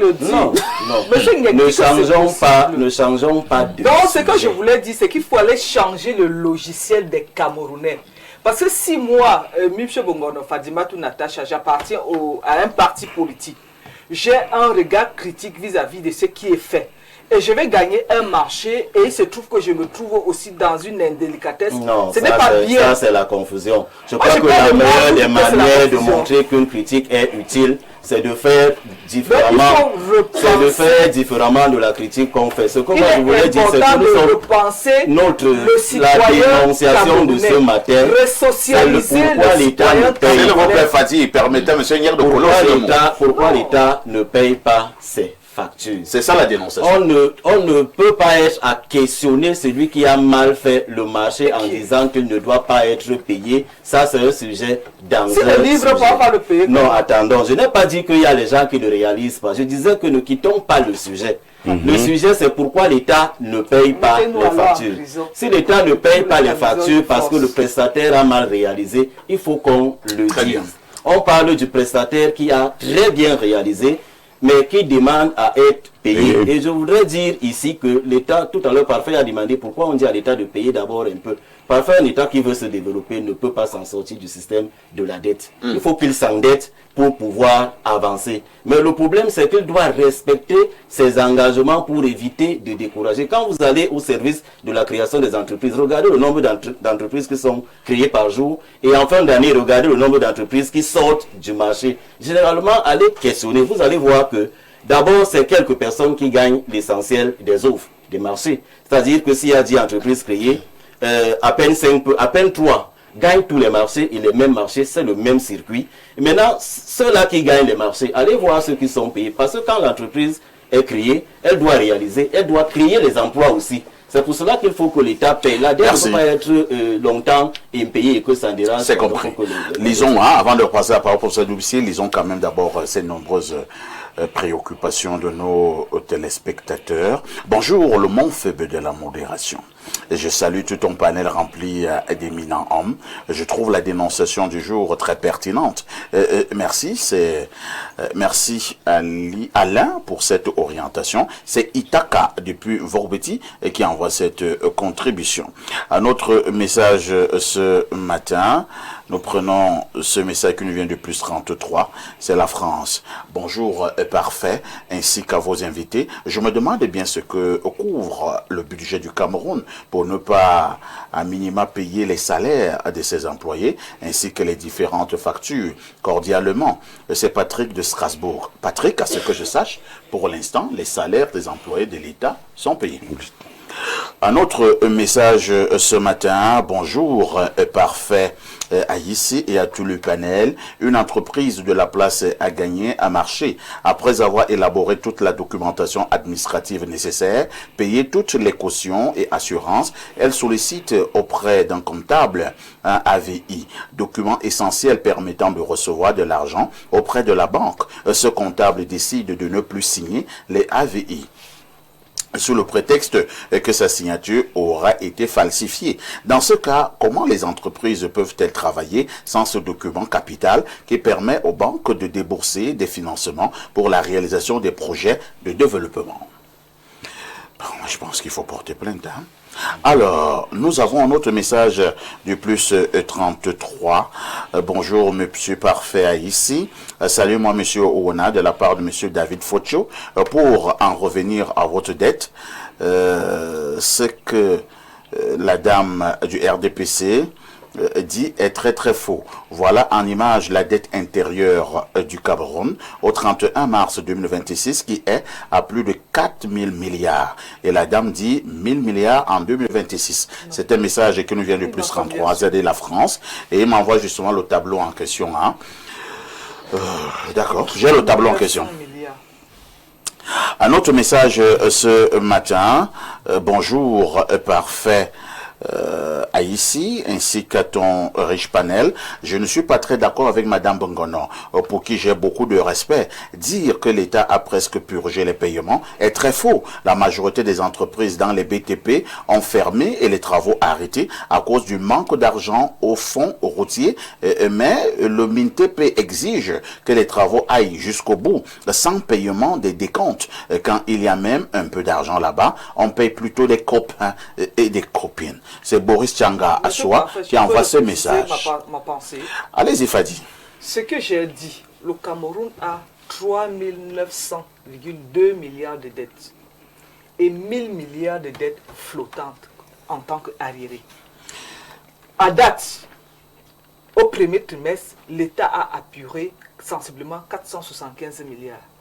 Très récemment, il a apuré sensiblement au quatrième trimestre 18% de la dette restante. Je n'ai jamais dit que l'État a moins de 1000 milliards, non. 3900 milliards, 3900,2 milliards et des arriérés de 1000 milliards. Donc si vous additionnez, c'est compris.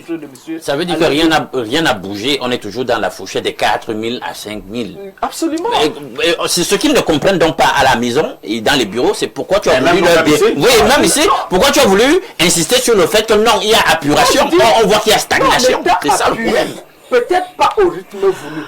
Bonjour, parfait. Je parlais de Y qui attend d'être... Fatima, tu es très sollicité. Hein? Laisse d'abord la dette. Il y a une autre préoccupation qui te concerne directement.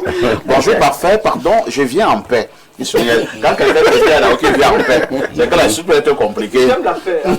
Madame Fatima Tou, que j'aime beaucoup, a laissé qui au bureau pour être sur votre plateau maintenant? C'est Françoise depuis Douala. Je peux répondre.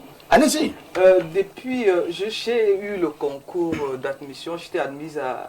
J'avais formulé une demande de mise en stage.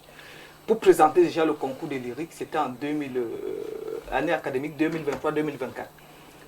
Concours que j'ai eu, parce que c'était pour une filière classique dont nous faisons les cours en journée. Nous avons rempli toutes les procédures nécessaires et j'ai eu l'accord de mon ministère d'aller faire mes études.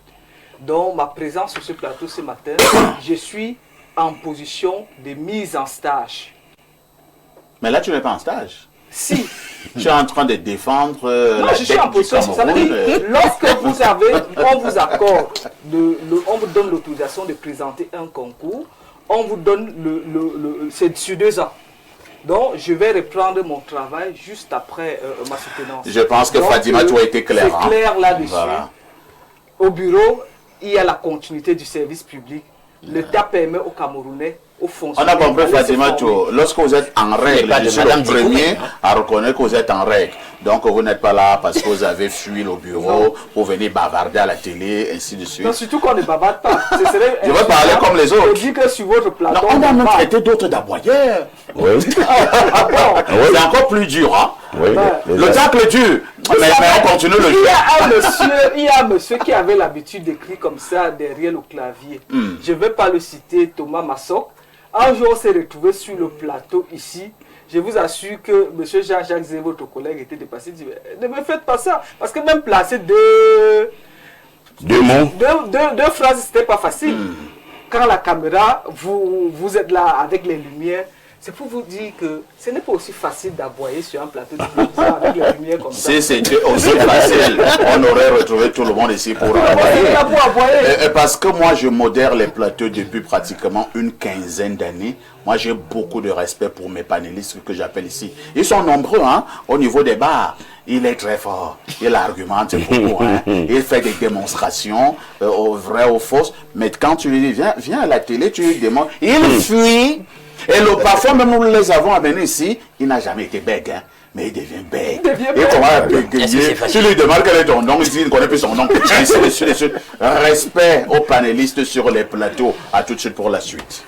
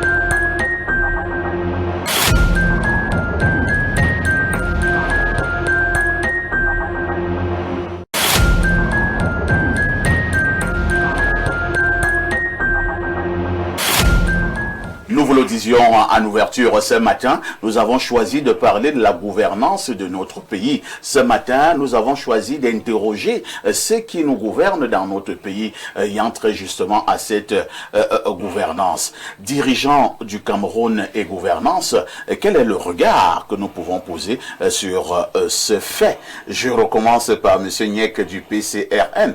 On a vu régulièrement le PCRN dénoncer, critiquer de manière acerbe ceux qui nous dirigent sur le plan de la gouvernance. Et comme vous le dites alors, c'est même PCRN également faire des propositions. Avez-vous l'impression, quand vous jetez justement un regard général, que la gouvernance de ceux qui nous dirigent dans notre pays, le Cameroun, est bonne ou alors elle est calamiteuse? Parfait, si vous posez un sujet en débat, ça veut dire que vous-même, le regard que vous avez de ce sujet, c'est qu'il y a des choses à améliorer. Je voudrais quand même rectifier. Le PCRN n'oriente pas son regard sur les individus, mais sur la manière dont les choses sont faites. Donc, ce que nous interrogeons, c'est la gouvernance et non les dirigeants. C'est-à-dire, qu'est-ce qui est Mais la gouvernance émane des dirigeants. Non, parce que ce sont les dirigeants qui sont auteurs d'une gouvernance. Non, il faut vraiment bien voir la nuance. Il y a une gouvernance sans dirigeants? Non, si nous voulons interroger la gouvernance des dirigeants, on prend dirigeant par ce qu'il fait et on l'examine à l'aune des possibilités et de ce qu'il en a fait. Le PCRN n'est pas encore. Il faut qu'on fasse très bien la. J'avoue que je ne comprends pas. Oui, ça veut donc dire que si on dit que le PCRN interroge la gouvernance des médias au Cameroun, c'est différent de ce que le PCRN interroge la gouvernance du patron de ce média. Il faut qu'on fasse la nuance. Parce que il y a le global, je ne dis pas que... Est-ce que le patron de notre média gouverne l'écosystème médiatique du Cameroun? Pas du tout. Ça veut donc dire que ce qu'on va interroger, je voudrais qu'on reste sur... Pourquoi vous fuyez les dirigeants? Non, je n'ai pas dit qu'on fuit les dirigeants. C'est donc quoi le problème? Parce que nous envisageons, on a un raisonnement macro qui est différent d'un raisonnement micro. Donc nous envisageons le Cameroun d'une manière différente. On voit donc ce qui est fait. Là, j'ai souvent vu les membres du PCRN, par moment même au sommet du parti, s'attaquer entre guillemets aux dirigeants sur le plan de la gouvernance. Voilà, ils s'attaquent aux dirigeants sur le plan de la gouvernance. Et c'est ça la problématique de ce matin. C'est de ça qu'il s'agit. Je voudrais donc dire que le regard global que nous avons des dirigeants dans la gouvernance au Cameroun, c'est qu'ils se débrouillent en s'embrouillant et ils s'embrouillent en se débrouillant. Et lorsque je l'ai posé comme principe, quand je dis qu'ils se débrouillent en s'embrouillant, ça veut dire que généralement, on voit un arsenal qui donne l'impression d'être très bien pensé, mais sauf qu'à la pratique, on voit qu'on est sorti du circuit parce qu'on ne voit pas les résultats. Mais par moment, on voit des acteurs qui donnent l'impression d'être animés à servir un système, à servir une vision, à servir une gouvernance, mais on se rend compte qu'il n'y a pas de résultat à la fin. Parce que parfait gouverner, c'est quoi? Quand on dit qu'on interroge la gouvernance, c'est diriger, c'est gérer, c'est et aussi rendre compte. Lorsqu'on regarde donc par palier, diriger, c'est quoi? Gérer, c'est quoi? Et rendre compte, c'est quoi? Moi, je commence par la culture du rendre compte. Quand on regarde les dirigeants au Cameroun, on va se rendre compte que les dirigeants ne rendent pas compte. Et lorsqu'on ne rend pas compte, quelle que soit la bonne volonté qui anime celui qui agit, quel que soit même ce qu'il fait, tant qu'il ne rend pas compte, tout le monde a l'impression que rien n'est fait parce qu'à l'aune du concret, on ne voit rien. On est dans un système, quand je dis qu'il s'embrouille en se débrouillant, lorsque vous prenez par exemple la matrice du Cameroun émergent à l'horizon 2035, vous voyez les deux axes qui concrétisent cela. Vous allez voir que on dit là-bas qu'on va faire dans le développement structurel. Donc on va choisir les secteurs dans lesquels on va mettre l'accent pour y faire jaillir l'économie et le développement. Mais lorsque vous arrivez à l'application, à l'implémentation, ils rentrent dans finalement le big push. Donc, ils se mettent à tout faire au même moment. On vous dit au Cameroun qu'on doit construire le chemin de fer. On doit construire les aéroports modernes dans les 10 régions. On doit faire ci, on doit faire ça. Alors qu'on n'a pas d'argent, alors qu'on sait qu'on ne gère même pas d'abord le système de passation de marché, le système de contrôle. La corruption est devenue la règle et la déception. On se met donc à faire tout ça. C'est pour ça que nous sommes convaincus au PCRN que le régime actuel, dans sa gouvernance, il s'embrouille en se débrouillant et il se débrouille en s'embrouillant. Donc, il faut que les gens choisissent ce qu'ils peuvent faire, qu'il y ait un suivi, qu'ils s'y investissent et qu'on puisse les contrôler. Je ne sais pas si c'est fait à dessein, à leur niveau, de vendre quelque chose et de faire autre. Je n'ai pas envie de les condamner, mais l'impression qu'on a dans le concret, c'est qu'ils annoncent très peu de choses. Ils se mettent à s'engager sur beaucoup de choses pour finir. On est noyé, on est perdu, rien ne sort de là concrètement.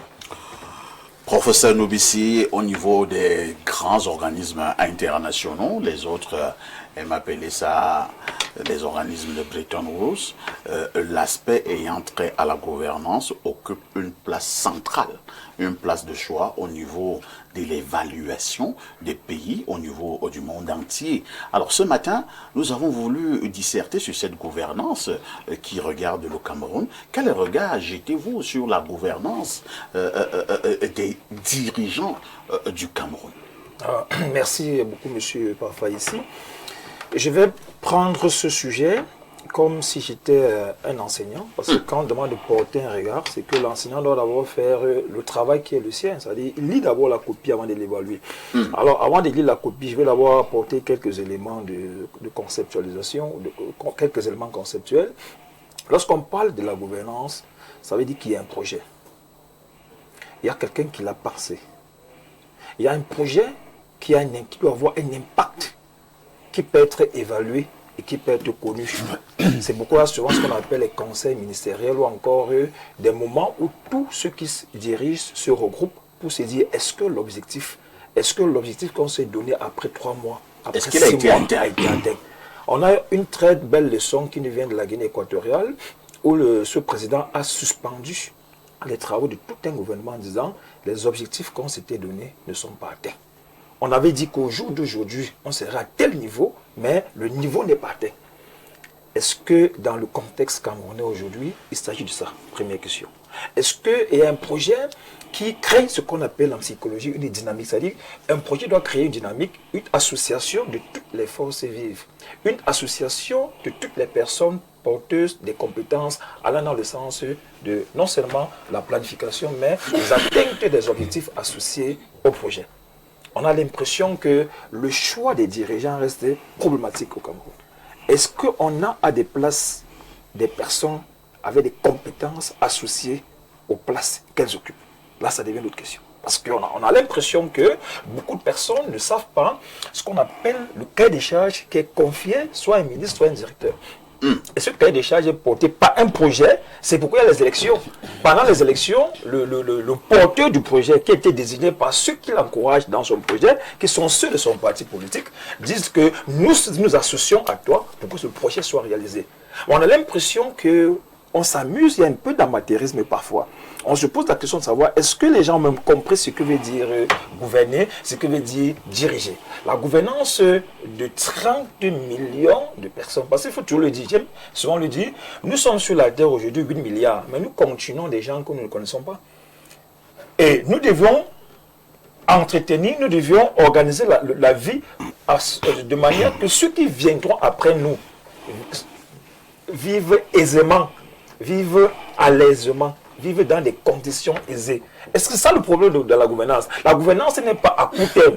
La gouvernance, elle est à long terme. Et la question de long terme et du court terme se pose. Bon, dans les conditions actuelles, on a l'impression qu'il y a trop de problèmes. Il n'y a pas une synergie, il n'y a pas une synchronisation entre ceux qui nous dirigent. Ça devient un problème. Les gens du même gouvernement ont parfois des idées qui sont non seulement contraires, mais qui s'opposent radicalement. Nous l'avons vu. On l'a vu plusieurs fois. C'est-à-dire qu'on a des ministres qui s'opposent entre eux et qui disent des choses. Ça veut dire qu'il n'y a pas ce qu'on appelle une synergie. Il n'y a pas de synergie et on ne peut pas être dans une gouvernance à une évaluation positive.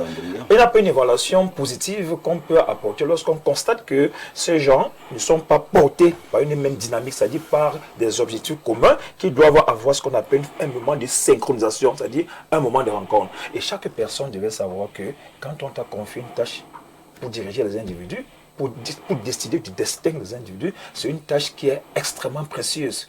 Une tâche qui est extrêmement précieuse. Lorsqu'on ne prendra pas conscient du sérieux de la tâche qui est celle de diriger. Moi, je prends le cas, même dans une famille. Quand tu prends sur toi de faire des enfants, c'est pas du hasard. Tu dois savoir que, est-ce que j'ai les moyens pour conduire à bien le destin de ces enfants? Si tu ne peux pas, on te propose ce qu'on appellera le plan familial pour limiter les descendants. Voilà pourquoi certains disent que gouverner, c'est prévoir. Gouverner, c'est prévoir. Et gouverner, c'est évaluer. On s'arrête un temps soit peu, après 3 mois, après 6 mois. Est-ce que les objectifs qu'on s'est donnés concomitamment, est-ce qu'ils ont été atteints au jour d'aujourd'hui? On a l'impression parfois qu'il n'y a pas des objectifs qui sont bien clairs, qui sont bien précis. On ne peut pas savoir au jour d'aujourd'hui quel a été l'impact de la gouvernance de 2-3 mois. Professeur, les conditions parlant donc de cette gouvernance du Cameroun, succès ou échec? Je vous ai dit, j'ai fait une évaluation d'abord générale et chacun pourra dire... Maintenant, l'ascension. Le haut niveau de succès, je peux tout simplement dire ceci en étant très dans la posture de l'enseignant. Il y a beaucoup de choses qui doivent être revues. Bon, on va donc parler comme les gens du RDPC. Beaucoup de choses ont été faites, beaucoup de choses restent à faire. Beaucoup de choses restent à faire. Beaucoup de choses restent à faire. Est-ce que beaucoup ont quand même été faites? Est-ce que beaucoup ont été fait? Oui, on ne peut pas dire que rien n'a été fait. Moi, je pense qu'il y a beaucoup de choses. On peut dans le 10 sur 20. Je ne suis pas là. On peut pas. Mais je dis quand même que des choses ont été faites et beaucoup restent encore à faire. Et il faut un réel changement de mentalité. Il faut que les gens mettent dans leur esprit que lorsque tu portes le destin d'un individu, tu ne dois pas compromettre ce que le grand Babu avait prévu pour lui. Bernard Oona, il y a quelques années, cela avait été annoncé en grande pompe en République du Cameroun, les feuilles de route. Si mes souvenirs sont exacts, c'était à l'époque du ministre Louis-Paul Motazeux, au moment où il était secrétaire général des services du premier ministère. Et on avait d'ailleurs donné des deadlines, c'est-à-dire qu'après 6 mois, et c'est Louis-Paul Motazeux qui était l'évaluateur. Après 6 mois, on devait évaluer où en sommes-nous, les objectifs ont-ils été atteints, est-ce qu'il y a des recommandations, ainsi de suite. Et moi, je vous pose donc cette question, les feuilles de route au Cameroun, où en est-on? Les feuilles de route, je vais en parler après. Je voudrais d'abord, parfois ici, je voudrais dire merci à une grande dame, parce que le travail qu'elle fait depuis quelques années, quand vous la suivez, vous avez toutes les réponses à votre thématique de ce matin. Quand vous suivez rigoureusement le professeur Bibolé sur les problèmes de gouvernance au Cameroun et de management, vous êtes fixé sur le sort de notre pays, le Cameroun. Donc je voulais lui dire merci pour ce qu'il fait pour les Camerounais, pour qu'on soit édifié sur cette gouvernance. Maintenant, le professeur parlait d'un projet, évidemment. Prenons le cas du Cameroun. Il faut un projet, quelqu'un a porté un projet, c'est le président Biya. Tout à fait. Il porte un projet d'ailleurs très magnifique. Il va aux élections, il gagne, le peuple lui fait confiance. Et donc quand il a ce projet, pardon, il revient donc sur la gouvernance, il doit implémenter son projet. Il cherche le capital humain. Il recrute donc lui-même des personnes à qui il confie un pan de son pouvoir. Parce que lui, il a été élu, il est l'émanation du peuple. Et il donne donc le pouvoir à des gens. Quand ils arrivent, ils ne comprennent rien ou bien font semblant de ne rien comprendre. Ils se préoccupent à chercher leurs intérêts. Et du coup, parfois ici, la gouvernance est donc plombée. Le professeur Bibolé nous parle d'un cas, sans vouloir stigmatiser qui que ce soit. Il prend l'exemple de quelqu'un qui était préfet. Un préfet, il a pris à l'ENAM le commandement, etc., etc., etc. Et du coup, parce qu'il est dans un couloir ou dans un clan, il est nommé directeur général. Est-ce que vous voyez comment un préfet peut partir de préfet pour le commandement et directeur général pour gérer des milliards et des milliards et des milliards? Mais pourquoi jeter simplement ce DG en pâture? Non, elle ne le jette pas en pâture. Puisqu'elle a... C'est un cas d'école. Oui, c'est un cas d'école. C'est un préfet devenu DG. Oui, c'est un cas d'école. Au Cameroun... Le professeur Bibolé, enseignant. Entre-temps, quand même, Aïdjo, qui a dirigé le pays pendant 22 ans, avait des résultats bien connus. Il était un expert en management? Non, il était un patriote et puis il avait donné le ton. Il a donné le ton, c'est ce qui faisait que... C'est la preuve de ce que... Il faut je suis en train d'avancer. Expert en management, il faut dire bien du diriger. C'est pour ça que j'ai dit que le président Biya fait son casting. Lui-même, il sait là, il va prendre ces gens. Dès qu'il leur confie un pan de pouvoir, soit les gens laissent délibérément les missions qui leur sont assignées pour s'occuper de leurs intérêts propres. C'est ça le vrai problème. Et donc ici, il faut remarquer que il y a, d'abord, c'est une actualité récente, il y a un mois et demi, la Banque mondiale a sorti le classement des 16 pays les mal gouvernés au monde. Le Cameroun était dans le classement de ces 16 pays. Ce n'est pas beau, mais pour répondre simplement à la question, la gouvernance de nos dirigeants est catastrophique. Et comment tu elle est même cataclysmique. Oui. Parfois ici, nous sommes dans un pays où les gens gèrent comme ils veulent. Quand tu dis ça, oui. Est-ce que tu sais qu'on nous écoute ailleurs? Bon, vous êtes en train de faire une campagne du parfois ici, je n'étais pas là quand vous avez choisi la thématique. Moi j'étais chez moi. À Dubaï, en Chine, en Inde, ils ont maintenant du mal à venir investir au pays. Quand tu dis que la gestion est catastrophique. Oui. Elle est, tu as dit cataclysmique. Tu comprends ça? Oui. Est-ce qu'un investisseur peut encore venir au pays? Il va venir. Il va venir parce que l'investisseur qui vient au Cameroun, il sait comment ça fonctionne. Parce que les gens qui prennent notre or à l'Est là, ils sont même gardés. Ils sont gardés. Tu les connais? Ils sont gardés. Donc, le problème de la gouvernance dans notre pays, parfois ici, est un problème systémique. Vous appelez ça comment? Les feuilles de quoi là? Les feuilles de route. Les feuilles de route, parfois ici. Est-ce que vous savez qu'il y a quelques jours, parce que quand Biya, le président a annoncé le 6 novembre qu'il va faire un gouvernement dans les prochains jours. Personne n'allait plus au travail. Ah bon? Et je vous dis qu'il y a quelques jours, le Premier ministre a signé une note que moi j'ai vue. Et j'ai remarqué que les ministres vont déjà au travail à 8 heures. Il a signé une note qui demande au ministre d'être au bureau à 9h00 et de repartir au plus tard à 21h30. Parce qu'il y avait les ministres qui partaient des bureaux à minuit, d'autres à 1h du matin, d'autres n'allaient même plus au bureau. C'est-à-dire que les ministres recevaient des gens chez eux, quelques collaborateurs leur apportaient des paraphères à la maison. Parce que le président avait dit que le gouvernement c'est dans les prochains jours. Donc, en fait, la gouvernance c'est quoi? Quand on ne travaille même pas, quand on donne une feuille de route à quelqu'un au pays, c'est parce qu'on attend des résultats. 3 mois après, 6 mois après, 1 an après, que dit la feuille de route? Rien. Qui t'a nommé? C'est le président. Qu'est-ce que le président fait? Il t'enlève. Enfin, qu'est-ce qu'il devrait faire? Mais pour le cas du Cameroun, on n'enlève personne. On n'enlève personne. C'est la problème de ce que le président, lui, est satisfait du travail de ses ministres et de ses déchets. C'est là où je dis parfois ici, les gens dont il était question en Inde là tout à l'heure et en Turquie, je ne sais pas où vous avez cité des pays là. Quand les gens là nous regardent, et ils sont surpris que nous sommes un pays. Parce qu'en fait, nous ne fonctionnons pas comme un pays. Vous n'êtes pas dans l'exagération? Non, je ne suis pas excessif. Je vous assure que si vous voulez qu'on avance parfois ici... Oui, on va chuter. Vous voyez, nous parlons de la dette. Sauf que par le passé, pour faire dans la transparence, parce que la Banque mondiale, le FMI avait exigé ça souvent, que quand nous payons la dette intérieure, que Cameroun Tribune publie ça, les noms des bénéficiaires. Parce que c'est facile de vous dire sur un plateau de télévision que l'État a apuré une dette de 2 milliards. Qui a vu? Moi, je connais les mêmes prestataires qui attendent les paiements. Ils n'ont pas changé. Donc, il faut toujours nous publier la liste là, à Cameroun Tribune ou à la télé. Comme on ne peut pas publier à la télé, on publie à Cameroun Tribune. Ceux qui ne vont pas publier. Non, ça veut dire qu'il y a un problème. Vous comprenez qu'il y a un problème. Vous pensez que c'est beau qu'on publie ton nom, on dit qu'on t'a publié à... Non, ils le publiaient souvent. Ils avaient fait... Oui, ils ont publié. Ils ne publient non plus. C'est parce que c'est louche. S'ils ne publient pas, c'est parce que c'est louche. Il faut publier pour nous démontrer que, effectivement, l'État a payé une dette à hauteur de... Et voici les bénéficiaires. Parce que les bénéficiaires, ce n'est pas le nom des individus, c'est le nom des entreprises.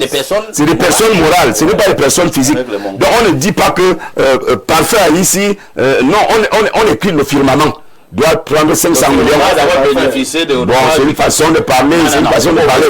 Bon, d'accord. Alors, on prend ça et on dit, voici la bonne gouvernance. On donne pas des bons exemples. Tu ne connais pas TV. Non, pas du tout. Bon exemple. Tu connais les bons exemples, tu ne connais pas. Non, je lève le bon exemple. Je prends le moins cher. Je prends le moins cher. Fadima Toubongono, si je m'en tiens à ce qui a été dit par certains sur ce plateau, il en ressort que ceux qui dirigent, ceux qui gouvernent le pays, gouvernent de manière catastrophique et c'est très dangereux. 1. Vous êtes d'accord avec cette manière de voir les choses? 2. Que faut-il faire pour que nous sortions de l'auberge? Je voudrais rire parce que...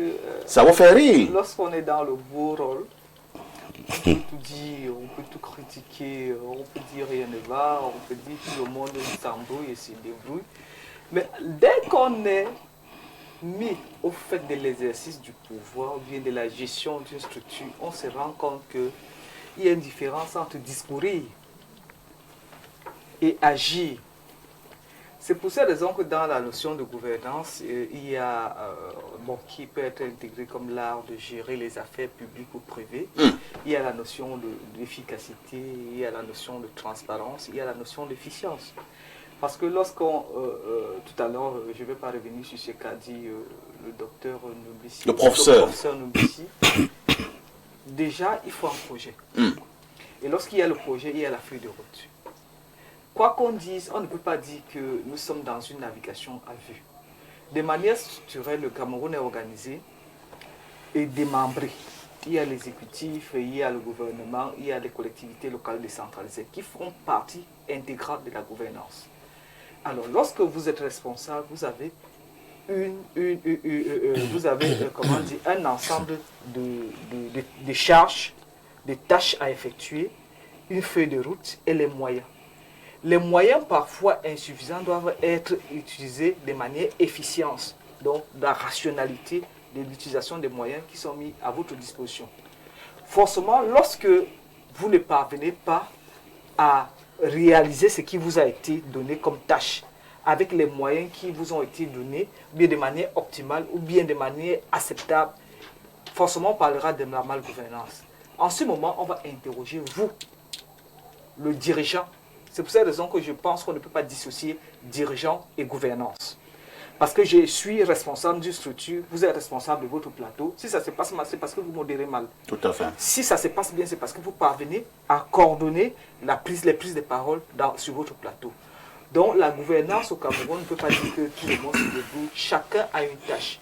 Et il est important maintenant d'évaluer. Est-ce qu'il y a évaluation de la gouvernance du public au Cameroun? Je dis oui.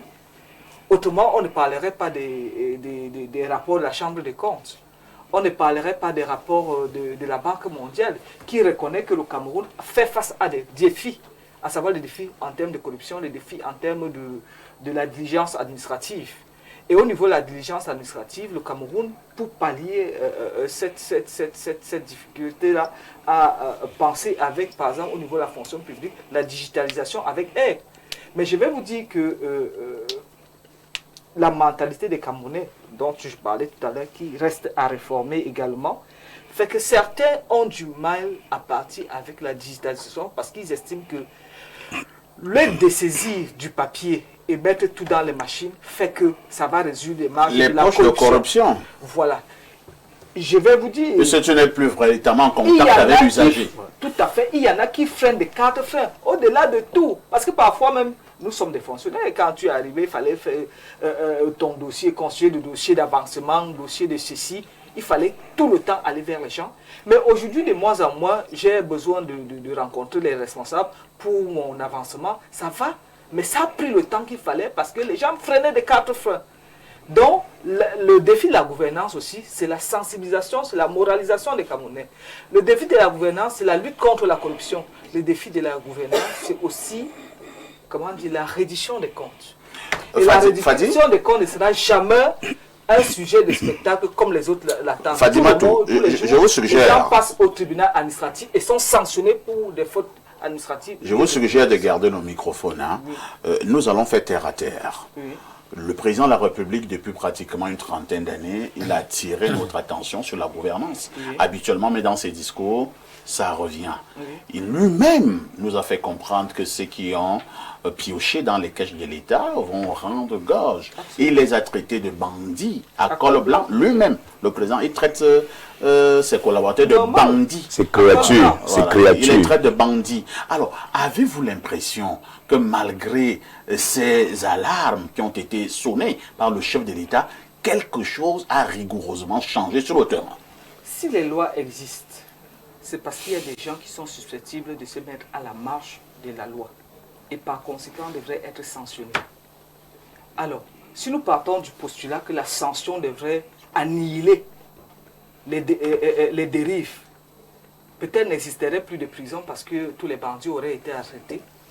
L'homme a cette dualité entre le mal, je vais dire le mal et le bien. Le bien consiste à gérer de manière optimale, de manière efficiente, de manière efficace avec l'idée patriotique, la tâche qui lui a été confiée. Mais à côté, il y en a qui sont dans une logique également, qui pensent qu'au-delà, en plus de gérer, il devrait d'abord privilégier ses intérêts. Et là, il est à la marge du fonctionnement. Je vais vous et là, reprendre on le sanctionne en le mettant en prison. Et quand on les a mis en prison, revenons-en, il y en a qui ont dit non, ça nous sert à quoi qu'ils remplissent nos prisons, il faut bien qu'ils remboursent le corps du Et là, on a créé le TCS. On a créé le TCS. Je crois qu'il y a un monsieur qui avait remboursé cette histoire. Monsieur Atanakona. Les mêmes sont Madame Amana Dama avait également remboursé. Les mêmes sont revenus sur les plateaux pour dire non, pourquoi vous avez dit qu'on peut voler? Entendons-nous. Si Paul Biya doit gérer et la République et gérer nos humeurs qui sont instables, on n'arriverait pas. Donc il est important de rappeler que la corruption va être réduite dans sa marge la plus incongrue. Mieux, le détournement des deniers publics. Moi je préfère ça parce que là ça fait grave, le détournement des deniers publics. Mais dans tous les États du monde, il existe la corruption. Notre défi à nous, c'est de... Comparaison et raison. Ah, si vous le dites, c'est vous qui le dites. Et quand le grand modérateur que vous je ne l'ai pas dit. Vous le dites, je vous posais juste une question. Comme il y a la corruption corruption dans tous les États du monde, et il y a la corruption au Cameroun, c'est pas grave. Il faut s'entendre que le défi du Cameroun, c'est de continuer à combattre la corruption sous toutes ses formes. Fermer l'oreille à tous ceux qui aujourd'hui veulent le beurre, et lorsqu'on apporte le beurre, ils disent non, il fallait me remettre plutôt mon argent. Non. L'État ne peut pas avancer comme ça. Alain Doke, qui est le principal responsable de la malgouvernance au Cameroun? Ceux qui gouvernent. Parfait. Quel regard je jette sur la gouvernance? Je pense que mon prochain ouvrage, à sa façon, va essayer d'y répondre. Mélancolie accusatrice en République. Je pense que je vais prendre finalement République. Je pense que cette gouvernance, à mon sens, c'est une gouvernance qui nous rend malade, qui a fait du pays un asile à ciel ouvert. On a vraiment des cas de pathologie mentale. Ah bon? Oui. Des cas de schizophrénie. Ce sont des fous. Non, parce que la situation est tellement grave et on se sent impuissant à changer la donne. Parce que les mécanismes qui ont été mis sur pied par ceux qui gouvernent, dans le rapport de force, vous imposent de vous incliner. Il y en a des gens comme ça qui sont résignés, qui ne sont pas confortés ou confortables dans la situation qui est la leur, mais dans le rapport de force, ils ne peuvent rien. Et on a des malades. C'est peut-être la raison pour laquelle nous avons toutes ces violences, tous ces abus. Allez savoir, je préfère mettre un point d'interrogation, il ne faut pas être sentencieux. Toujours est-il que lorsqu'il faut parler de gouvernance, la gouvernance aussi, c'est un art, une science objective. Donc, du coup, on doit interpeller les chiffres. Il doit avoir des indicateurs. Absolument. Et la plupart du temps, pour évaluer la qualité d'une gouvernance, c'est par des indicateurs et des leviers économiques. Parce qu'en réalité, l'économie et les chiffres économiques sont l'indicateur premier d'appréciation de la pertinence d'une gouvernance, d'une action gouvernante. Comment c'est ressenti aussi au-delà des chiffres, auprès des gouvernés. Comment cette gouvernance est ressentie? Commençons donc par les différents secteurs, la structuration de notre économie. Sur 40 ans, on a d'abord trouvé l'économie comment? Il y avait ce qu'on appelait cette espèce de giron industriel, c'est-à-dire des fleurons industriels, c'est ça le mot. On a déjà vu que tout ce tissu industriel a été détricoté, a été bradé. Et il y a même des paradoxes parfaits, puisque certaines entités même de production ont subi une certaine braderie au travers de la privatisation. Quelques décades plus tard, on vous dit non, maintenant on va les renationaliser. Sur le plan objectif, on est amené à se poser des questions. Quelle était donc la pertinence de l'action de la braderie initiale quand vous avez vendu relativement moins cher par le passé, puis vous rachetez plus cher par la suite, avec même une colossale dette pour certaines des entités que plusieurs générations devront éponger. Il y a ça, ce genre de questions qu'on se pose. Vous allez dire que vous gouvernez bien dans un pays où les gens ne mangent pas? Les gens sont encore là tellement liés par des besoins primaires. L'agriculture, quelle est la place que l'action gouvernante a accordée à ce secteur, au secteur primaire? Les Camerounais sont toujours là à tirer le diable par la queue. On n'a pas cette agriculture de 3e génération ou de 4e qu'on devrait avoir. Même la simple machinerie dans le secteur en question, nous n'en avons pas. Nous importons même ce que nous devons manger. Voilà où nous en sommes encore rendus. Des gens à qui nous exportions hier encore, aujourd'hui, les mêmes produits, nous les importons de chez eux. C'est très dangereux. Nous voyons donc déjà que sur le plan donc de la transformation structurelle, notamment l'industrialisation, les indicateurs n'ont pas changé. Nous sommes toujours là quelque part, on stagne vers 20%. Eux-mêmes ne peuvent pas nier que justement la transformation structurelle du pays n'a pas démarré et ne donne même pas l'impression qu'on pourra, puisque maintenant sur le plan économique, voilà, sur le plan financier, nous sommes là à la lisière du défaut de paiement. Comment on va donc booster l'économie en question dans une telle situation d'étroitesse sur le plan financier? Donc c'est un problème. Maintenant, les problématiques, parce que ce qu'on a toujours félicité la gouvernance camerounaise, même les institutions internationales, sur au moins l'indicateur d'une certaine stabilité institutionnelle. On voit notamment que récemment, on a eu une attaque contre la stabilité institutionnelle au travers de ce décret, vrai faux décret, appelons-le comme ça, qui nommait un certain vice-président et qui n'a pas été élu. Donc même au niveau institutionnel, c'est devenu chrysogène. On ne peut plus répondre totalement d'une certaine stabilité. Interpellons à un autre niveau de stabilité la crise notamment sécuritaire qui agite 2 régions du pays. Parfait. Est-ce qu'elle est, en termes de gouvernance de crise, est-ce que ça a été bien fait? Puisque de temps à autre, on a des spasmes de ce côté-là et on nous dit, voilà, tel nombre de nos forces de sécurité, tels civils ont été tués ou alors encore telle personne parmi ceux qui mènent cette espèce d'action irrédentiste sont morts. Bon, vous voyez qu'à ce niveau aussi, c'est pas réglé.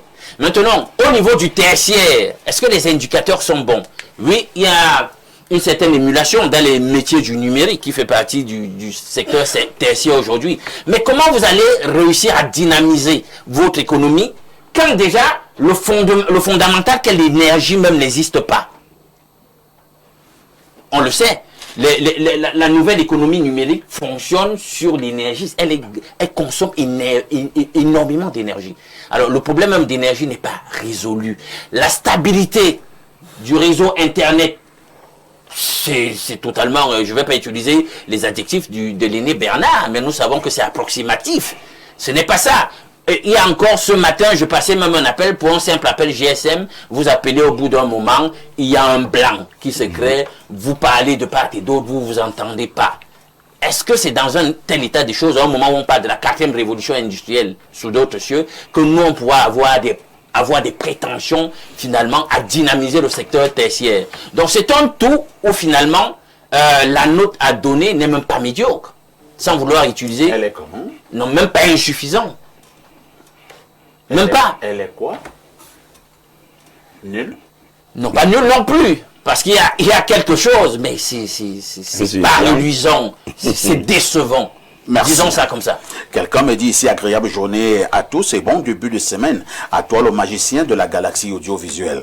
La semaine dernière, lors d'une de vos émissions, j'ai vu la peine qu'avait l'un des invités, membre du RDPC, à répondre à la question, mais qui, à la fin de ses propos, avait reconnu que nous sommes dans une gouvernance hors du commun. Aucun pays au monde ne fonctionne comme le nôtre. À cet effet, je suis en train de commettre un livre intitulé « Comment vivre au Cameroun sans être fou ». Voilà, c'est bien dit. J'ai vu ça. C'est ce que nous disions tout à l'heure. C'est-à-dire que nous sommes en asile à ciel ouvert. L'honnêteté intellectuelle voudrait qu'ils disent que c'est déjà, ça circule. J'ai vu un livre qui circule. J'ai vu un livre. Oui, j'ai vu un livre qui circule. Non, c'est pas lui. Si les gens commencent à ne pas être honnêtes en restituant, comment dire, ce qui a été... Il a plagié un autre auteur. Non, mais est-ce que le livre en question existe d'abord? C'est un... Non, c'est Moi, j'ai vu le livre. J'ai vu le livre. Comment vivre au Cameroun sans être foutu, sans devenir fou? Couverture, est-ce que ça veut dire que le livre existe? Déjà, il faut déjà dire que tu as plagié. Avec Bonjour. des gens comme ça, parce que le Cameroun va se développer. Bonjour, parfait. Ici, le dernier jeudi spiritualité, ton plateau, c'était un véritable ring.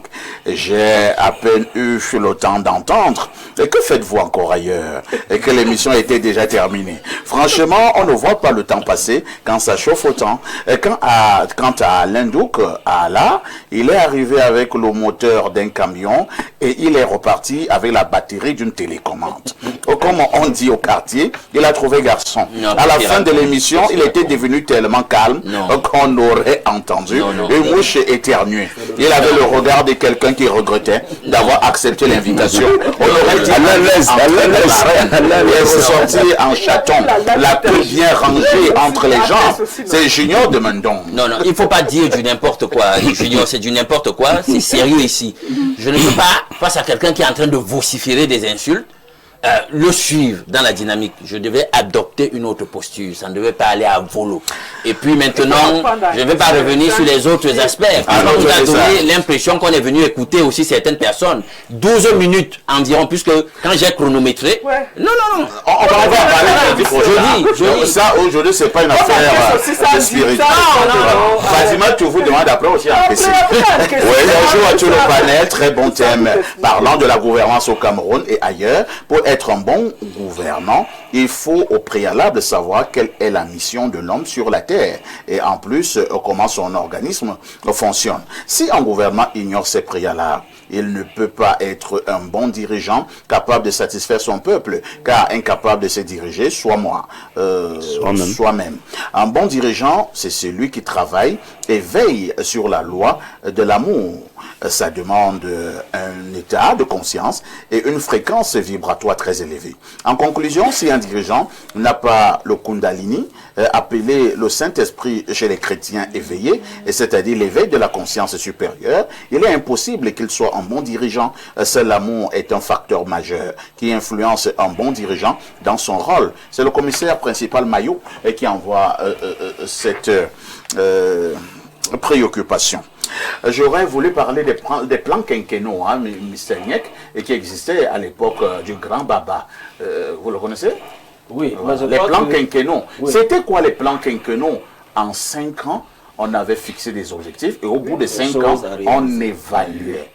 N'avez-vous pas l'impression depuis un certain temps que le Cameroun fonctionne dans une espèce de navigation à vue? Oui, disons que le problème du Cameroun, c'est le compte rendu et ce qu'on en fait. Parce que la version moderne des plans quinquennaux, c'est le budget programme. Donc on se fixe des choses à réaliser au bout d'un certain, généralement dans la moyenne c'est 3 ans. Et le budget programme a donné? Rien, ça ne donne rien, mais parce que la tête, c'est ce que je voudrais dire. Pour ça, moi j'ai dit je n'étais pas dans les dirigeants parce que c'est un problème macro. Si les gens peuvent rendre compte au président, peut-être ça nous échappe au président de la République, qu'est-ce qu'il fait de ces comptes rendus? Du moment où on a les mêmes personnes, on voit que ça ne marche pas et rien ne change. Parce qu'elle a parlé de la sanction du point de vue de la loi qui est judiciaire, elle est normale. Nous sommes au terme de ce programme. Nous sommes convaincus qu'il faut un nouveau dirigeant au Cameroun pour une nouvelle énergie pour que les choses évoluent. Tant qu'on a le président Paul Biya à Yaoundé, dans la manière de faire, il sera difficile qu'on soit dans la gouvernance. Ce que nous avons observé dans les collectivités locales décentralisées, c'est que l'argent qui y est affecté n'est pas utilisé à bon escient. Et c'est très dangereux parce que c'est bien facile de se désengager lorsqu'on gère une mairie. Lorsqu'on reçoit de l'argent des pouvoirs publics, on doit pouvoir également rendre compte. On ne donne pas au maire l'argent. C'est l'argent qui est au terme de cette émission. Merci. C'est pas le maire. C'est terminé. Ne parlez pas du prix. C'était une connaissance que je partage. Le maire nous allons simplement dire que la rediffusion de ce programme, la rediffusion de ce programme, c'est tous les soirs, avec une bonne gouvernance, tous les soirs à partir de 22h30. Avec tout ceci, que faites-vous encore ailleurs?